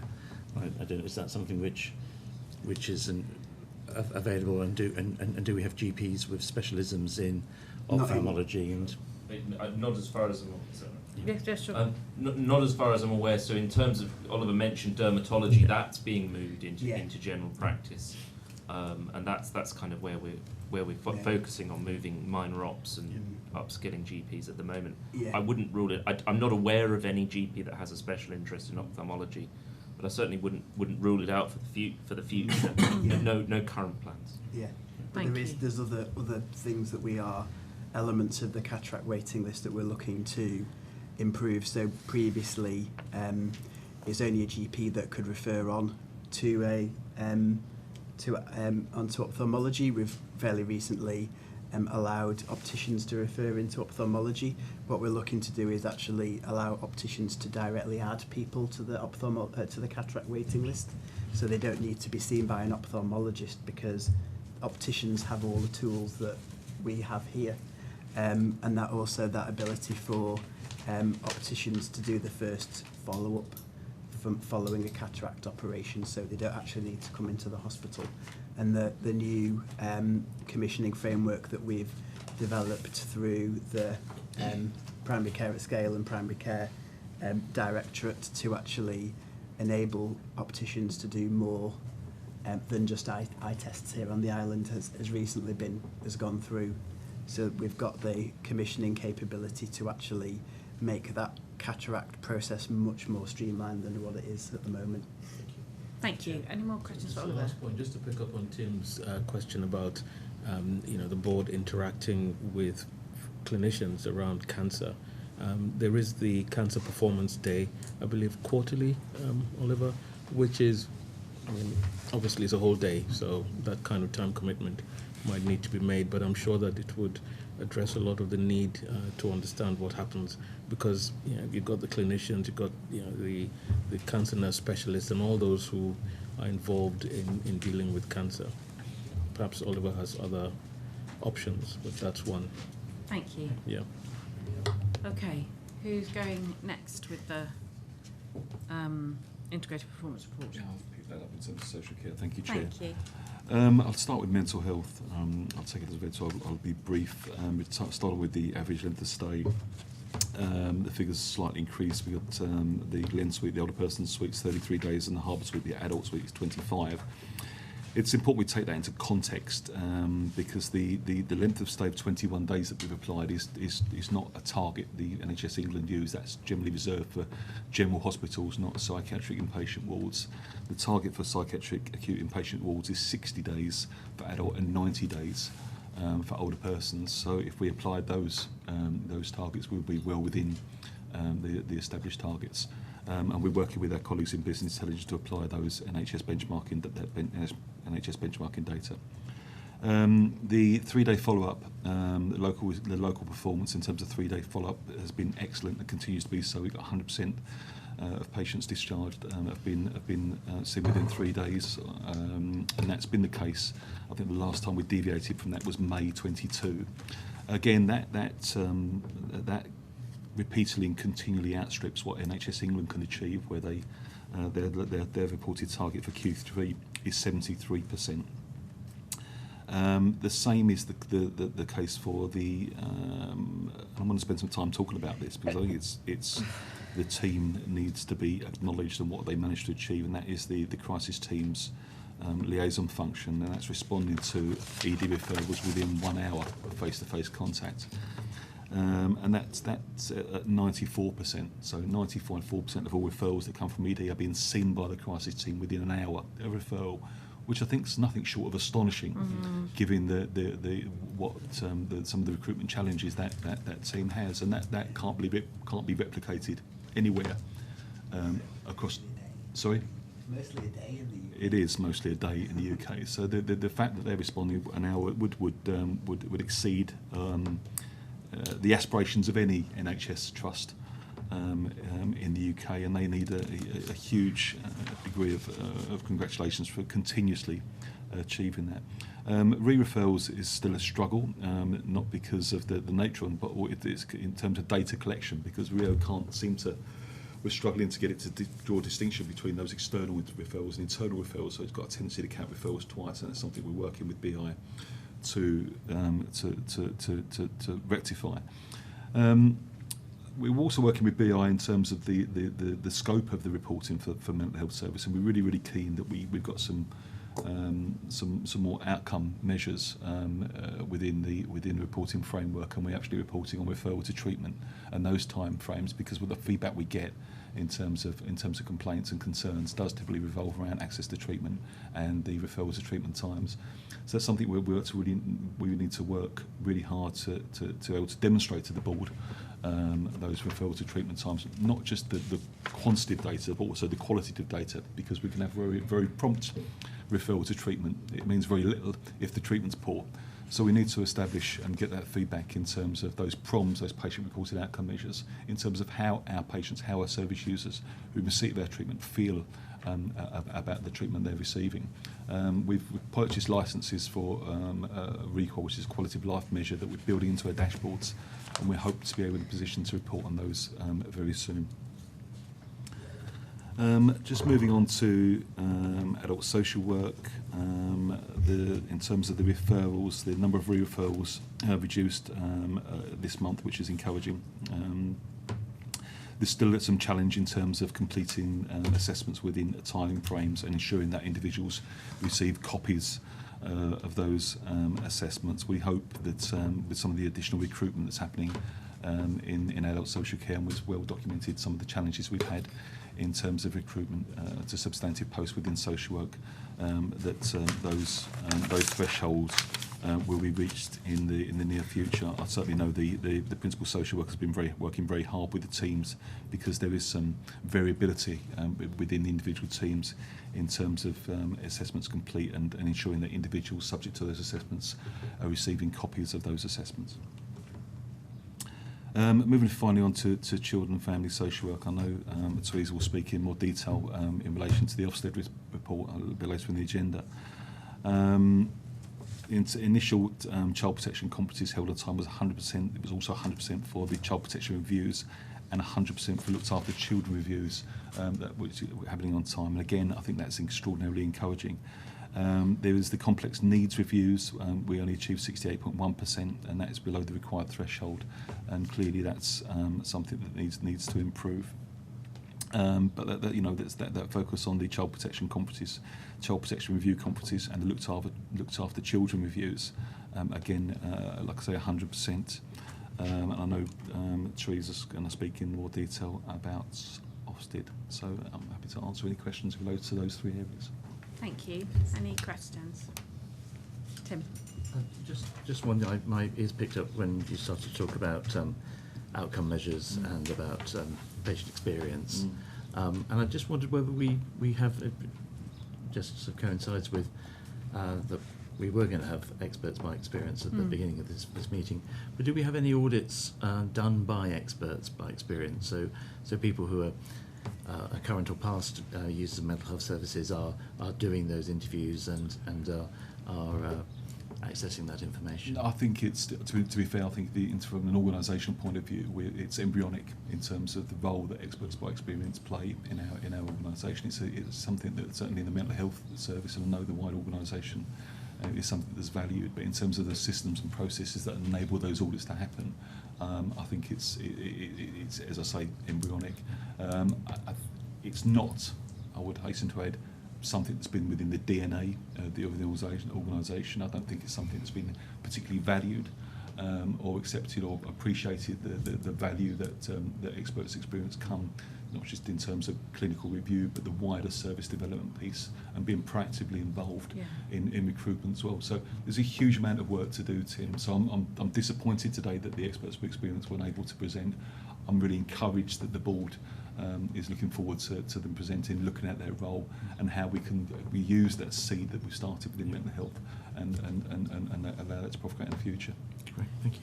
And I think we need to build that into that broader piece about patient experience. Absolutely. Because I think, when I've worked really effectively with experts by experience, it, as I said at the beginning, it is absolutely invaluable. Incredible. But obviously because of their experience, there needs to be a structure around that and careful management of it. Indeed, and not playing, it's got to be not playing lip. There's a risk of playing lip service to it, and absolutely value and having that embedded within everything we do in terms of particularly in co-production.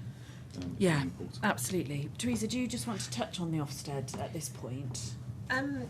Yes, I mean, I know we've we at the last board meeting we had received the view of our outsourced children's home services. We have now received the full report from the wider inspection of children's social care at the end of May. What we have committed to do, we're just going through the factual accuracy stage, and we are committed to bringing back the detailed action plan to the next board, which will have been through quality, safety and engagement for scrutiny. I mean, I think there are some positives. I mean, certainly a very caring and nurturing environment. But as we discussed earlier on, the Ofsted report also picked up the deficits around some of the safeguarding practices which we know are being developed. And also the lack of advocacy in some of our services. So our learning disability offer for young people definitely needs to be developed. Our agenda around fostering and adoption absolutely needs to be developed. And indeed some of our support around care leavers is definitely not where we would want it to be. But I would suggest that in the same way as we did for the CQC, we bring the comprehensive action plan and response back to the board in September. Thank you. Thank you. Is Sharky, are you able to speak to the elements under the medical director? Sorry, I wasn't really expecting that. Sorry. All This right, was not to worry. last Does minute. anybody have any other questions on the integrated If I could performance just report? acknowledge on Ishaku's behalf, we have actually made some considerable progress on mortality reviews. I saw. And that's been sustained, and so I didn't want that to pass without acknowledging that. I saw. Thank you. Sarah, could I, if I could just say thank you to the teams. I think this has been a very, very encouraging report on the integrated performance report. We're seeing real use of this again. We see it at FP&C, and I found your reports particularly aspirational, Ross, and really encouraging. Thank you for that, and thank you to your team. I mean, I think it's great, isn't it, that we've gone from where's the data, we don't understand, there's great gaps, to should we paint a broader picture about patient experience into this? So absolutely. And the signs very of well ambition said. as well, Sarah, the signs of not always just allowing ourselves, I know I bang on about it and I apologise, but about the UK, there's real aspiration going on here, which I think is great. Thank you. Paul, we're coming to you now around the duty of candour report. So, Chair, I've got two papers with you which have been through the Quality and Safety Committee, so I don't necessarily feel I need to go through all the detail. No.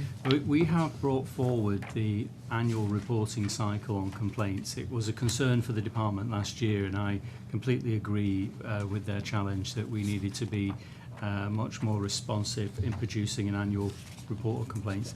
The reports that you have in front of you set out our experience of complaints, our complaints handling over the 22-23 financial year. During that year, the complaints regulations were changed, and so we started the year with one set of regulations, ended the year with another. And I think we handled that extremely well, particularly as we very quickly got into a place where we were able to demonstrate compliance with the new regs from the 1st of November quite quickly. And at the same time, recognising that across Manx Care we needed to be better at the speed at which we were able to respond to the concerns of service users. We did completely clear a backlog of complaints that to some extent Manx Care had inherited when it was formed, but also others that had built up as we were working our way through the pandemic. And very encouraging, was able to get that completely resolved in terms of a response back to the complainant. And by and large, that's dealt with the concerns that people largely have. Main issues that people complain about are the kind of things we've been discussing today. People struggle with waiting. They find that very challenging, particularly if you are perhaps worried about what you might have, and particularly if it's cancer or something else. But the delays that people experience in their appointments is an issue for people, and I think appointment stands out as one of the biggest issues that we need to tackle. So how we make that better and easier for people right across the board. And people also have issues with the standard of clinical care in some cases, and the attitude of the staff who are delivering that care to people, all of which I think there is rich, valuable learning that we are taking away and operationalising within our services. And we give examples in here of the actions that we're taking, but we're looking at that at a much more strategic level as well. And if I can go straight into the next report, would that be okay? It talks about the engagement. Yeah. This is a report that I really want to emphasise the tremendous work that has been done in a proactive sense by our engagement team, which we colloquially refer to as the MCAL service. And I can't be more proud of the work they've done to get on the front foot and try and be proactive. And it seems like a long time ago now, but it was only last year we started to really build on this and put some energy and pace into intercepting people who might be struggling for some reason, and having an opportunity to talk through their concern with them, signpost them to the right answer, or connect them with people who can help resolve the problem for them. And it's incredible that we've been able to achieve that as an outcome in 90% of the contacts we have with people on the day, which is phenomenal. And not only does that describe the MCAL service as a great model, but it also, I think, clearly demonstrates the commitment to outstanding care from the staff Because when you receive a referral from MCARS, people act on it straight away, and they try and resolve the problem for the service user, which is a tremendous boost for our staff. And it's even better when I'm able to say that for those complex cases, about 97-98% of them are dealt with within 7 days. So from raising a concern with us to having an outcome that's satisfactory, for 98% of the people who do that, it's done within a week. And I know those are figures which I don't think many of my peers can say. I think that's tremendously good. And it is helping to drive down formal complaints, because we're able to deal with these things at a local level and as informally as possible and to the satisfaction of the service user. But once again, a rich source of learning is coming from that. So, and if I dare say this, it's simple things, but it doesn't mean they're easy to fix. So things like people are not sure where they're going because the letters are not always very clear, or they're a bit lost. They struggle with the timing of the appointments, or we've been a bit abrupt with people, or they're waiting for something that they think is not happening and they need answers to. So they're kind of like the same sorts of themes, which again, when you step back from that, they're inextricably linked to demand and rising demand for care. And therefore I think our focus going forward needs to be on around business process engineering, so that we're able to design in a solution to some of these problems so that it can cope with, and as I think Ashaku said before, future-proof for the levels of demand that we expect to go through the system. But both these reports, I think, are excellent examples of good governance, a clear indication of our commitment to high quality of care, and an illustration of the commitment to outstanding care by members of our teams. And I commend these reports to the board and look forward to being able to sharing them with the department and others. Thank you, Paul. I think I was just reflecting on the chart that's on page 165 or page 4 of the Experience and Engagement Report about the top 10 themes. And, you know, it shows that the service is really working, that people are calling for clarification and for information, rather than these things being left and then turning into complaints. So I think it's a very proactive service, and we should be very proud of it and pass our thanks on to that team. Yeah, thank you. Any comments or questions? Ishaku? Not on Paul's report, but I can talk to some of the medical director's report on the mortality. Oh, okay. Yeah. All right. We'll come back to that in a moment. Any other questions or comments on these two reports? I think that, you know, this also ties in, doesn't it, to what we were talking about earlier, when things go badly wrong and there's, you know, concerns about violence or police have to be involved. And I think you're right, and it's really powerful. Taking the heat out of it at every stage by engaging like this is really what improves our patient journey and our staff's journey as well. Yeah. I agree. Thank you very much. Thank you very much. Thank you. So, Sharky, we'll come back to you for a few minutes, if that's okay. Yes, so I'm sorry, That's okay. I wasn't prompted on this one, but the mortality statistics on page 87 for those on the computer show really big improvement in terms of reporting on our mortality reviews. So the way the mortality reviews are structured now is that we have a level 1 review, and then if certain thresholds are met in terms of dissatisfaction with the system, then the review will go on to a structured review, which is called a level 2. So last year, I imagine that the board must have been quite concerned with respect to how little was happening in terms of mortality reviews. And I think the figures in there show that perhaps a third or less of the deaths were being looked into. So what has happened in the course of this year is that the backlog from last year has been cleared. So all of those cases were reviewed. Dr. Sri Andol established a system of sort of rapid review called the Level 1, which is standardized and validated by the Royal College of Physicians, so that within 24 hours of death, at the point when the death certificate is being done by one of the team, that person would discuss with the responsible clinician and agree on the causes of death that would go down in the medical certificate of the cause of death, and where a referral to the coroner was required, that it would be instituted at that point. But also the level 1 mortality review would be done at that point, where if there was anything to the clinician's knowledge that did not go as expected, that needed to be improved, if there were issues, if there were complaints, if the cause was avoidable, that would be indicated in that level 1 review, and then it would propel it to a structured judgment review. So with that system in place, practically all, in fact, we're reporting the performance at 93%, and so that is, really astounding.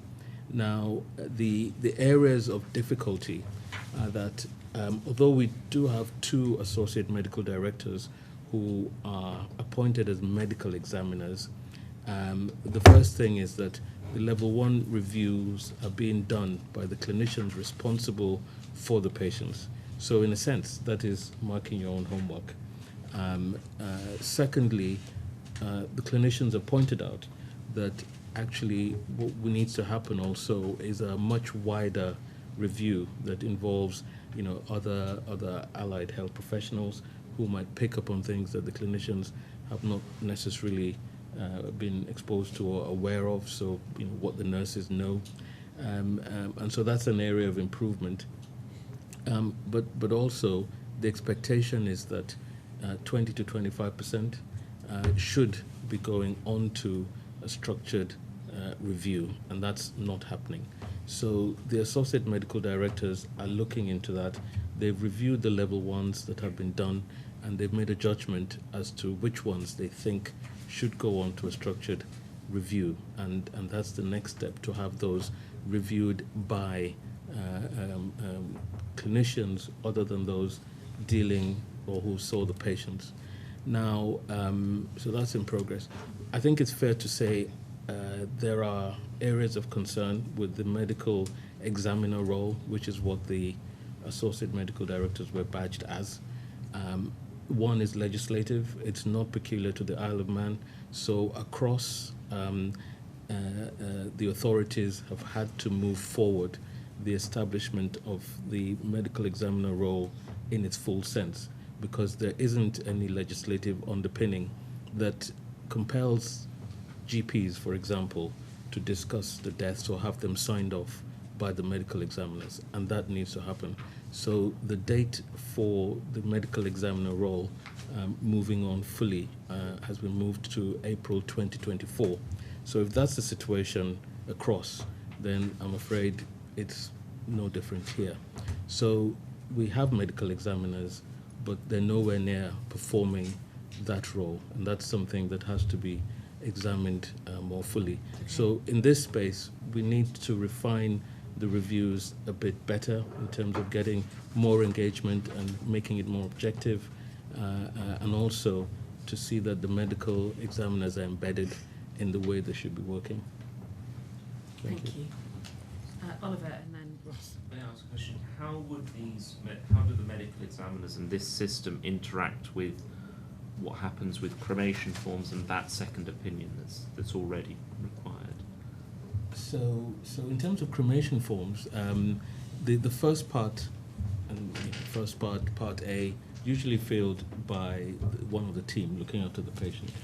Then there is a second part, which traditionally here has been done by the pathologists.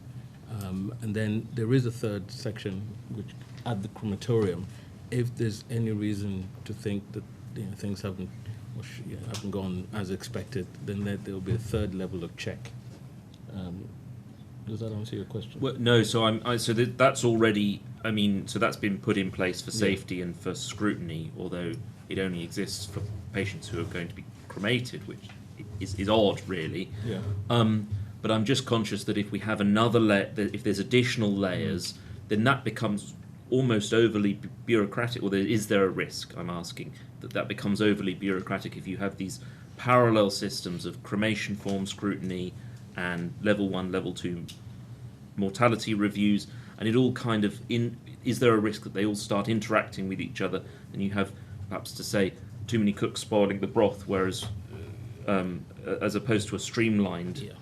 So I would expect, if the system works well, that before it gets to the level of the cremation, being signed off, any untoward issues or events would have been picked up earlier. So what you would expect is that we also have other systems which work. So we've got our adverse incident reporting, the DATEXs. We've got our serious incident reporting a system. So before it even gets to the point of sort of structured reviews, if people are concerned, there are options to start flagging things up well in advance of things getting to the point of anticipation. If I may just help a little bit there. So you're absolutely right. When we get to a little bit more sophisticated in terms of the level 2 reviews, we can reasonably expect to get some data out of that process, Ishaku, in terms of what we would consider to be avoidability factors. And it will start to reveal things like where we've not had a conversation with the patient on admission about what would be an appropriate ceiling of care, for example, or where we haven't acted on the diagnostics in sufficiently quick or sufficient time, and that's had an adverse outcome on the patient's progression. So there'll be things that I would expect to see coming out of that process that would allow us then to consider where are the areas that we want to make improvements and changes in our practice. And those will become additional safeguards over and above the ones that Ishaku was mentioning just a few moments ago, which is where I think we will get to in fairly short order once the level 2 start to work and the medical examiners start to kick in. Thank you. And we'd expect something like 3% of those reviews would identify avoidability factors. If we're doing this rigorously, we will find opportunities for learning. Thank you.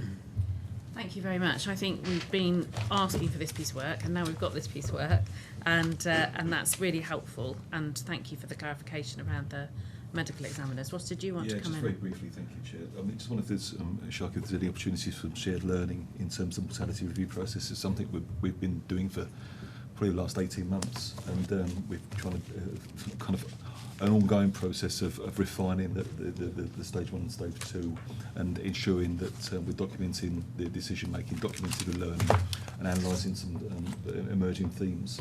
And we're kind of at that stage now. We've also got a panel, the mortality review panel, which is kind of multidisciplinary in its nature. So I think there might be some opportunities to share some of that learning, because we've certainly had some experiences of that, and have learned some salutary lessons in that process as well. So we're happy to share that. Thank you. Okay, an update on pay negotiations. Yes, shall I start? Thanks. So the board will be aware that we made a revised offer to all staff side of 6% plus £1,000 consolidated lump sum. Since that offer was made, we have heard back that the BMA has approved that. We have heard back that the Royal College of Nursing has rejected that revised offer, and has written to us to advise that there will be some form of industrial action. We are still waiting for formal clarification around what that industrial action looks like, but they are indicating informally that that is scheduled to take place week commencing the 18th of July. We will obviously wanting to sort of understand that fully so we can plan accordingly for any industrial action affecting services. The Royal College of Nursing have been on site, and I believe there was a meeting yesterday evening with the Treasury Minister, the Department of Health and Social Care Minister, with RCN members. We're still waiting to hear back from the other two unions, Podiatry and Prospect, as to whether they will accept that revised offer. So I think whilst we have made some progress, in order to offer the additional £1,000 consolidated, we effectively had to use some of the allocation for this financial year. So just to advise the board, we were funded at 2% in our baseline for pay. Some of that has had to be used in order to uplift the 22-23 pay offer, so last year's pay offer. And at this point, which I think is a very difficult position for us to be in, we have not been able to put a offer for 23-24 on the table to any of our staff side organisations that we deal with directly. We are aware that Public Services Commission have put an offer on the table to their members, and their members represent around 37% of the Manx Care workforce.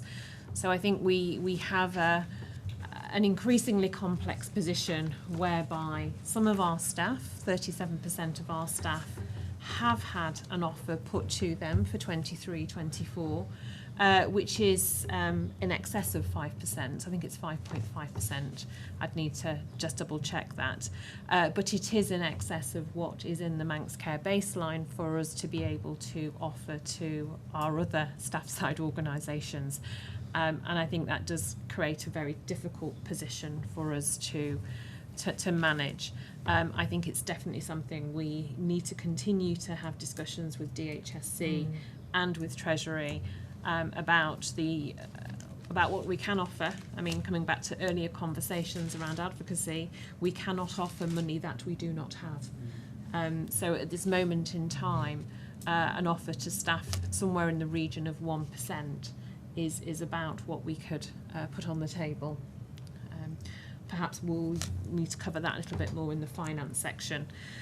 But I think we've got further partnership meetings with staff side next week when we will have the outcome, hopefully from the other two staff side organisations.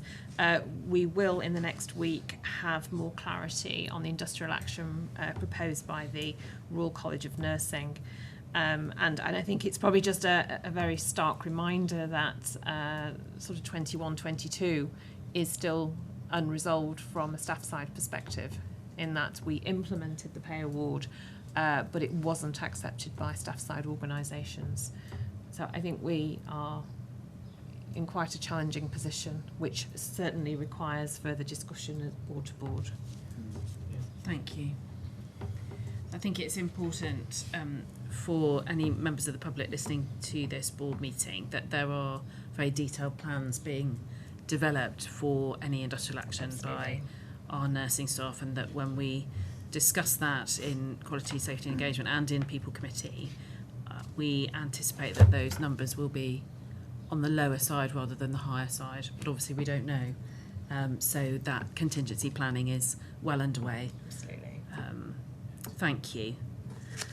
Jackie, finance report, saving the best till last.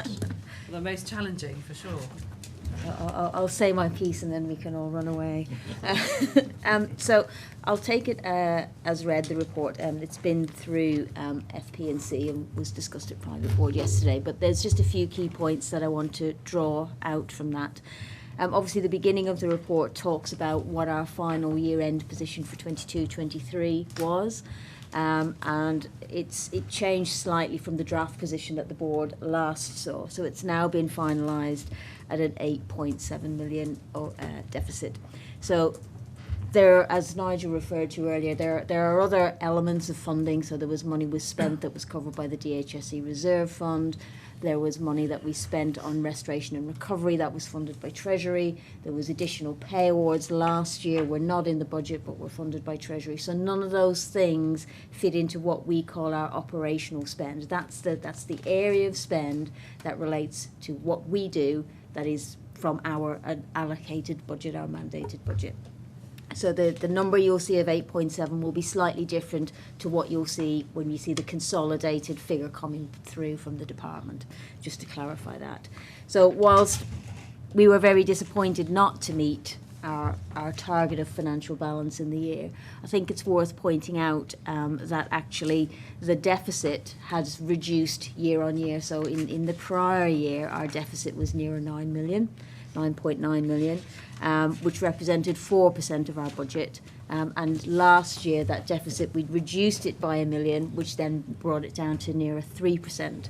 So what we're seeing is that in the face of rising pressures cost-wise, is that our deficit was growing more slowly. We managed to contain it a little bit. However, I think when we look forward, when we look into this year, what we're seeing is that many of those gains are being completely overtaken by growth in spend and in funding pressures that we're experiencing in this year. So when we put together our financial plan for 23-24 last year, we clearly signalled massive funding pressures in the system, and the funding allocated in the year fell far short of what we expected. So we identified £58 million of requirement. Funding for 20 million is what was agreed. So then an exercise was undertaken to try and figure out how we would manage that gap and mitigate that gap. So a big part of that was prioritising our spend, dealing really with the stuff that was absolutely unavoidable, and we've been through that exercise here at board. And what that's meant is that there's been some very difficult decisions that have been needed to be made about not funding certain things where it's at all possible, trying to defray the cost, find alternative sources of funding, or just not funding it at all. So the forecast this year is a £14.8 million deficit. And that represents a significant, that represents the pressures that we've been talking about in the system all this time. So it's about the continued pressure on staff costs, the continued increases in demand that we're seeing, the rise in costs faster than inflation that we're seeing. Now it's important to note that increase, that deficit, does not take account of the comments Theresa was making earlier about pay. So we have very clearly as a board, quite rightly said, there is no further money in the budget to make a pay award.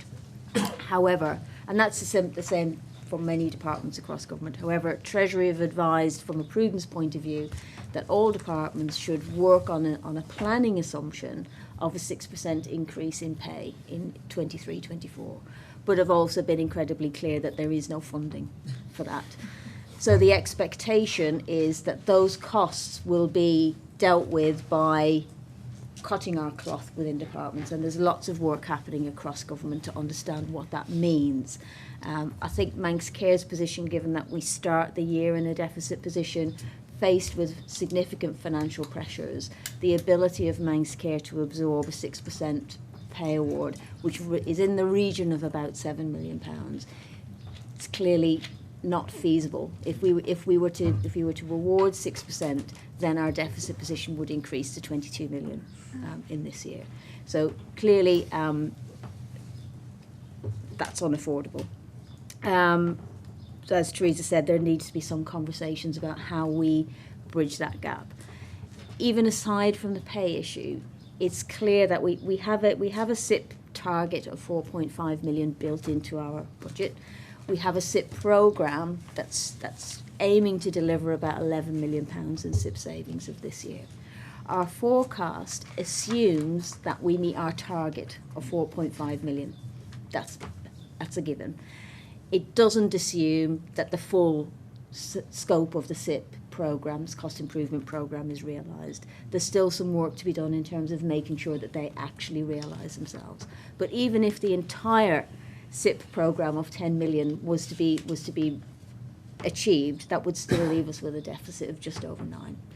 So in the face of that, we've instigated some additional financial planning sessions within the organisation, looking not at opportunities for cost improvement, for reducing spend or any of those things, but really looking at the position we realistically find ourselves in, is that in order to meet the financial envelope, to live within the financial envelope that we have, there's going to have to be an impact on service delivery, and that's the uncomfortable position we find ourselves in as an organisation. Now, obviously, we need to clearly risk assess and address what those might be and what those impacts might be. So the first step in that is the call has gone out to all of our divisions, and we're working closely with them to figure out what they would need to do, what their service would look like if that budget that they've been allocated actually is finite. If, for example, if the money ran out in October because you've spent it all, what would you do? So that's leading to some very difficult conversations. And I need to be really clear that when we're having these discussions and these conversations, they are just that. We have a responsibility to go to those uncomfortable places, to think the unthinkable, to think about these uncomfortable things. And I think it's really important we all recognise that simply the fact that it's on the table and we're thinking about it, there's a huge gulf between it being on the table to be thought about and it actually being enacted. So I think, and it's important, especially for I think the public, to recognise that simply because we're considering a thing doesn't mean it's going to happen, particularly when it's stuff that's likely to be very controversial and very difficult for people. So we're working through those options with our individual teams, but I think that's the reality of the situation we find ourselves in, is that we can go so far with taking spend out of the systems. Many of the initiatives that we're working on will take a number of years to actually take cash out, by which time our spend will have increased anyway, so they really just barely hold us steady rather than actually reducing our underlying spend. And as I say, I think the board will probably see some of this stuff coming back up in terms of some of those decisions. So it's important to note that there are certain decisions around service delivery, service standards, and some of those risks that we might choose to tolerate as an organisation that are inappropriate for service areas to take by themselves. So it's really important that we do this collaboratively across the organisation from the bottom up, with executive support, and that before any of those decisions are made, they go through the appropriate governance and the appropriate scrutiny, and that we as a board and as a collective, I won't say are comfortable with some of these decisions, because some of them will be uncomfortable, but assure ourselves that we understand the implications of what we're doing. Because I think we've got a very clear view of what the financial implications would be of meeting our aspirations and our requirements around quality, safety and service delivery. What we're less clear on is what's actually the operational, clinical quality and safety risk of meeting our financial obligations. So that's where we are. And then just moving forward, I think we're about to present our financial plan. We're developing our financial plan for 24-25 for presentation to Treasury in August.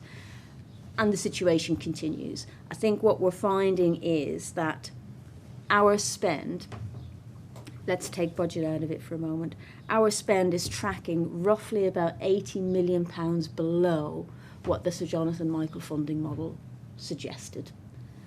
But it's still tracking above what the actual funding that's been allocated to Manx Care is. Now, there's two ways to address that. One is to increase the level of funding, and the other one is to decrease the level of spend.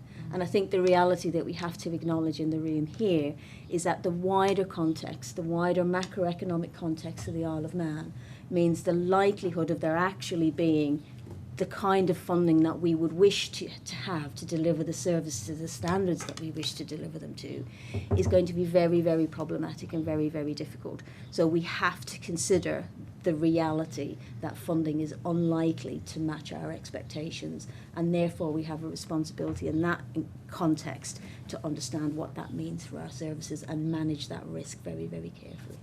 And Jackie, if I can just... Sorry, Teresa wanted to come in and then Paul. It was just to sort of identify what I think is a really important piece of work that we are progressing towards, but I would like some assurance that we've absolutely can achieve this from next year, because I think in the context of no additional restoration and recovery funding and constraints on our finances, and in order to be able to fully hold to account the care groups on their delivery, we have to move from where we are currently and where we have been into a better level of planning, being able to demonstrate and understand what a level of productivity looks like in each service line, so we can give the assurance to the Performance and Finance Committee that we are operating efficiently. So that capacity and demand modelling, that level of planning around demand, and ultimately with each care group starting the year with, as far as possible, some activity levels which we can hold them to account to. And we can also then evidence through the assurance process and the mandate, we have delivered the activity levels we said we could deliver within the funding envelope we have. And I think that is a sign of maturity around how care groups operate, the autonomous sort of business unit model that we're all aspiring to move into, whilst also providing assurance on productivity and efficiency of our services, and also being very, very clear what that demand will do to length of wait, for example. And I think that's the level of planning we have to try and achieve in this year in order to position ourselves. And I just wondered from Jackie and perhaps Oliver, where do we think we are in that process and preparedness around achieving that? I think we're at a level of relative immaturity, I would say, and Relative immaturity. Yeah, and that's probably as a result of the level of maturity of our data collection at the moment. So the discussions we've been having around the IPR help us, and they move us a long way towards being able to actually measure what we do, what our demand is, what our capacity is. And I know a lot of work has been done in that regard, but that's still at its very early stages. So I think the proxy then for us, and again this is a process that we've begun with the divisions, is to extend that process we're doing with the 23-24 financial planning and say, now lay against that what it looks like next year, and the year after, and the year after. So we're doing it from an operational, intuitive point of view almost, and then trying to quantify that as much as we can with data. I think it has to be both, because we're not in a position yet, I don't think, to fully measure what we're doing. Now there is a piece of work happening, the infancy of activity-based costing. So that work is happening at the moment. It's focused on nobles at the minute because that's the most data-rich part of the organisation for this sort of stuff. That will start to help us to understand what's our demand, what's our capacity, what's the actual cost of delivering our services, and then we can measure that against what we're actually spending to deliver our services, and that will help us to highlight areas where we may be underspending or overspending. But again, I have to stress that's at its infancy. There's still a lot of gaps in the data. There'll be an enormous amount of judgment that we will need to use in interpreting some of that data, but it's a step forward. Is that helpful? Yeah, yes, yeah. I just genuinely would hope we were further forward. Yeah. But no, I do recognise that where we can really evidence we have planned and understand the impact of some of the financial decisions. Yeah. There's still work to do. Again, I think we probably need a discussion outside of the board, and perhaps it's something finance and performance want to consider. But I think we do want to move to accountable care groups. Yeah. And that accountability. And I think part of that is allowing the care groups to start the year with a budget that's realistic, with with activity, KPIs and metrics that we're going to hold them to account to and support them to deliver on. And I think as we go into what would be our fourth year, that isn't an unreasonable expectation for us to have for ourselves. And I would want to understand from that work with MIAA and through finance and performance, what can we and should we nail down to have that ambition of where we would want to start our fourth year as Manx Care against that sort of benchmark, I guess. And I think that's an appropriate ambition to have for the fourth year. And I was, when you were talking, I was just reflecting on one of the very first board meetings when I came off the call, because we weren't allowed to meet together at that point, and rang Andrew and said, do we not do exactly what you just described? And he said, no, because we don't have the data to do it. And so I think now that we have got the data, I think that's a really good aspiration to have.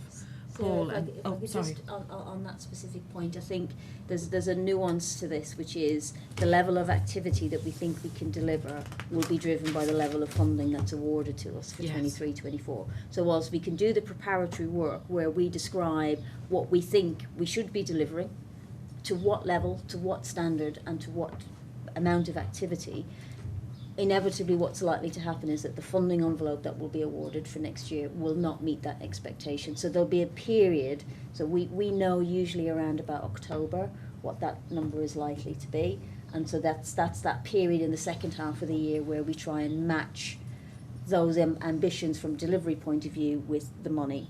Now we have to bear in mind that the clear steer from Treasury has been that the funding for next year is likely to be what's in our pink book, which is 310 million, which is less than what we're currently planning to spend in this year. So when we're developing our ambitions for next year, we must be ambitious, but we must also be realistic in understanding there's not going to be an £80 million injection into the system next year. Yeah.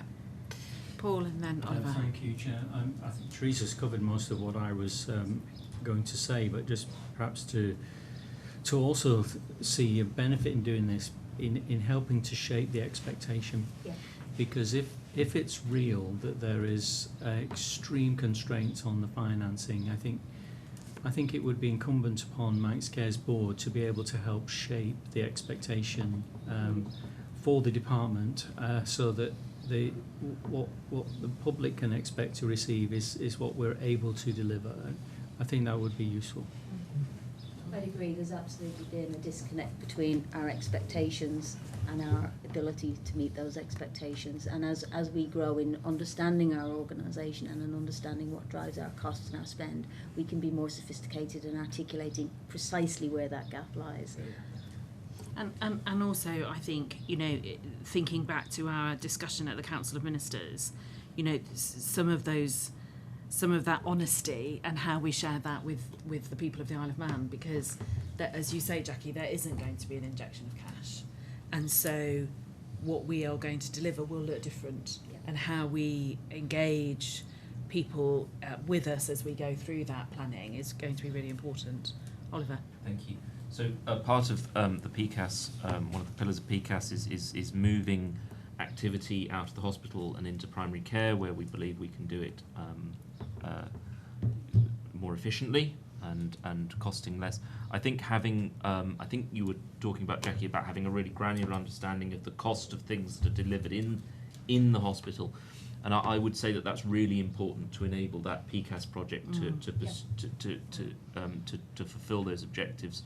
One of the challenges we've had in business cases and putting forwards proposals is struggling to articulate and understand what it currently costs, so that we can show that we can save money, and I think that work will be really helpful. There's also that anomaly where we found it on something very, very basic. There isn't a budget for this, but we've still got the spend. So we don't approve the case on the basis there's no budget for it, but we're actually still spending the money, and actually would save money if we just transferred the spend to primary care. And it's those sorts of things that stop us doing that type of work and looking at things innovatively. The DEXA one just was a case in point. And it's been, if I may, it's been deep. I've found it very frustrating, actually, because we've no shortage, have we, of really good ideas to make things efficient, and it's really just about making the finances understandable and work for that. And I think that's it's a risk for PCAS if we can't do that, but it sounds like we can. Yeah. If I could just respond to that. Yes, sorry. of course. So Teresa's quite right, is that what we're seeing very often is we're talking about moving spend and spending less here than we do there, but we're already spending more than we have. Yes. So we can't move spend, we can only move budget. And we found that with one particular case.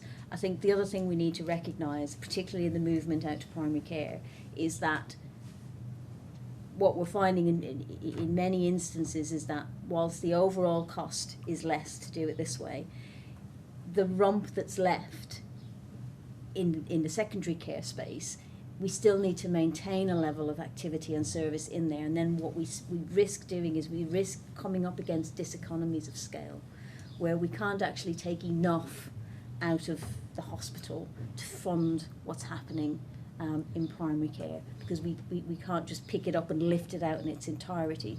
We still have to maintain it, and if you're maintaining a service, there are minimum levels at which you need in order to do that. And because our services are small, if you've got single-handed services, two-handed services, there's actually very little you can actually take out to spend over there. And these are the nuances that we're coming up against, and they make sense, absolute sense from an operational point of view, and we have to find a way to be, and we may need to take some risks, but that's the thing, we need to understand what those risks are, but we still need to work within our actual financial constraints. Thank you.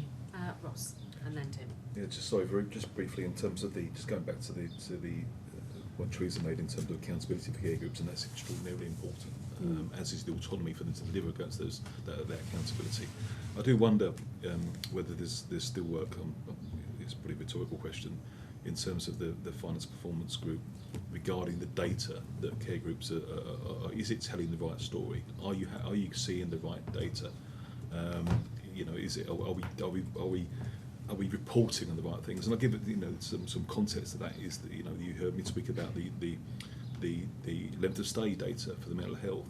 Well, that's 26 beds out of a caseload of 5,000 people. That's less than 1% of our core business that I'm required to report on. I don't think we are. I think reporting on the right things. I think there's a lot more we can do in terms of ensuring that the reporting that's been put forward is telling the right story in terms of that accountability. Otherwise, we're in a situation where we use data like, you know, a drunk uses a lamppost more for support than illumination. So, you know, I think it's ensuring you're seeing and being exposed to the right data is critical. Yeah. Thank you, Tim. My point was follows on from that, really, sort of the assurance which we've had in terms of talking about the whole of our staff are being involved in looking at not only the data but also at the services we provide and how we provide them. And I think just to reinforce that real importance in terms of whether that's clinical staff or nursing staff or support staff is going right down to the bottom in terms of the people who are doing the job, and finding out from them in terms of, as you say, you know, is collecting this useful? Does this tell the whole story? Or is there something else we should be collecting? And how we can do things in a more effective or economic or efficient way. And I think it's just really important that we have that as a mantra, really, in terms of using all the expertise of all our staff to develop those plans within the care groups. Yeah, so I mean, in terms of the structure that we've created, we've used the triumvirate structure and the leadership structure around our care groups, and that's the group that's in the room having those conversations, because you got not only then produce what you want to do as a care group, you then need to consider what the impact of that is on another. So Oliver will know this very well. The hospital say, well, we'll just put all that over into primary care and it solves our problem here. It just shifts the demand elsewhere in the system. And actually we need to look at and say, from an efficiency point of view, where is the most appropriate place for this activity to sit? And we have to manage the effectiveness, the quality, the patient experience, and the financial cost of that. And they're all the discussions we need to be having. I think there's an expectation that those care groups, in developing their plans, will be engaging with their staff. I've had various conversations with various different groups of staff who've invited me to come and speak with them and talk to them about what we talk about, and I think they find that very illuminating when they understand that, and I'm happy to speak to any group who wishes me to come and have that conversation. I think I to be pedantic about words. As a board member, I'd like there to be a requirement that happens rather than an expectation, and that we're really clear, you know, that we're concerned about data or information which hasn't gone through that process, and that the groups, the triumvirates, you haven't spoken to their frontline staff, their frontline clinicians about that information and how it's brought to us. So that's something for me about being stronger than an expectation. I know it's just words, but no, I absolutely agree, Tim. I think there's been a few instances where we as an exec, and I in particular, have made certain assumptions about the information that I'm providing being disseminated further out through the organisation, and then it's clear that that hasn't happened. Some areas it happens very well, other areas it doesn't. So clearly there are gaps where we're communicating this, but it's not getting through, and that's where I think, as you say, going further down into the organisation face to face helps. But ultimately, I think we need to hold our senior leadership teams and our middle leadership teams to account to ensure that they are passing forward and involving those groups. For sure, thank you. Thank you, Jackie. Any other questions or points of clarification for Jackie? Okay. So nobody gave me any other business. We were in receipt of a number of questions from Mr. Mann, which are have been answered and will be sent to him. And we also received some additional questions yesterday, I think, which again will also be answered and included in the board pack. So thank you all very much for your attention and your contributions. Our next board meeting held in public will be on the 5th of September, and it will be in Ramsey. So thank you all very much, and we're back at 2 o'clock for the board to board.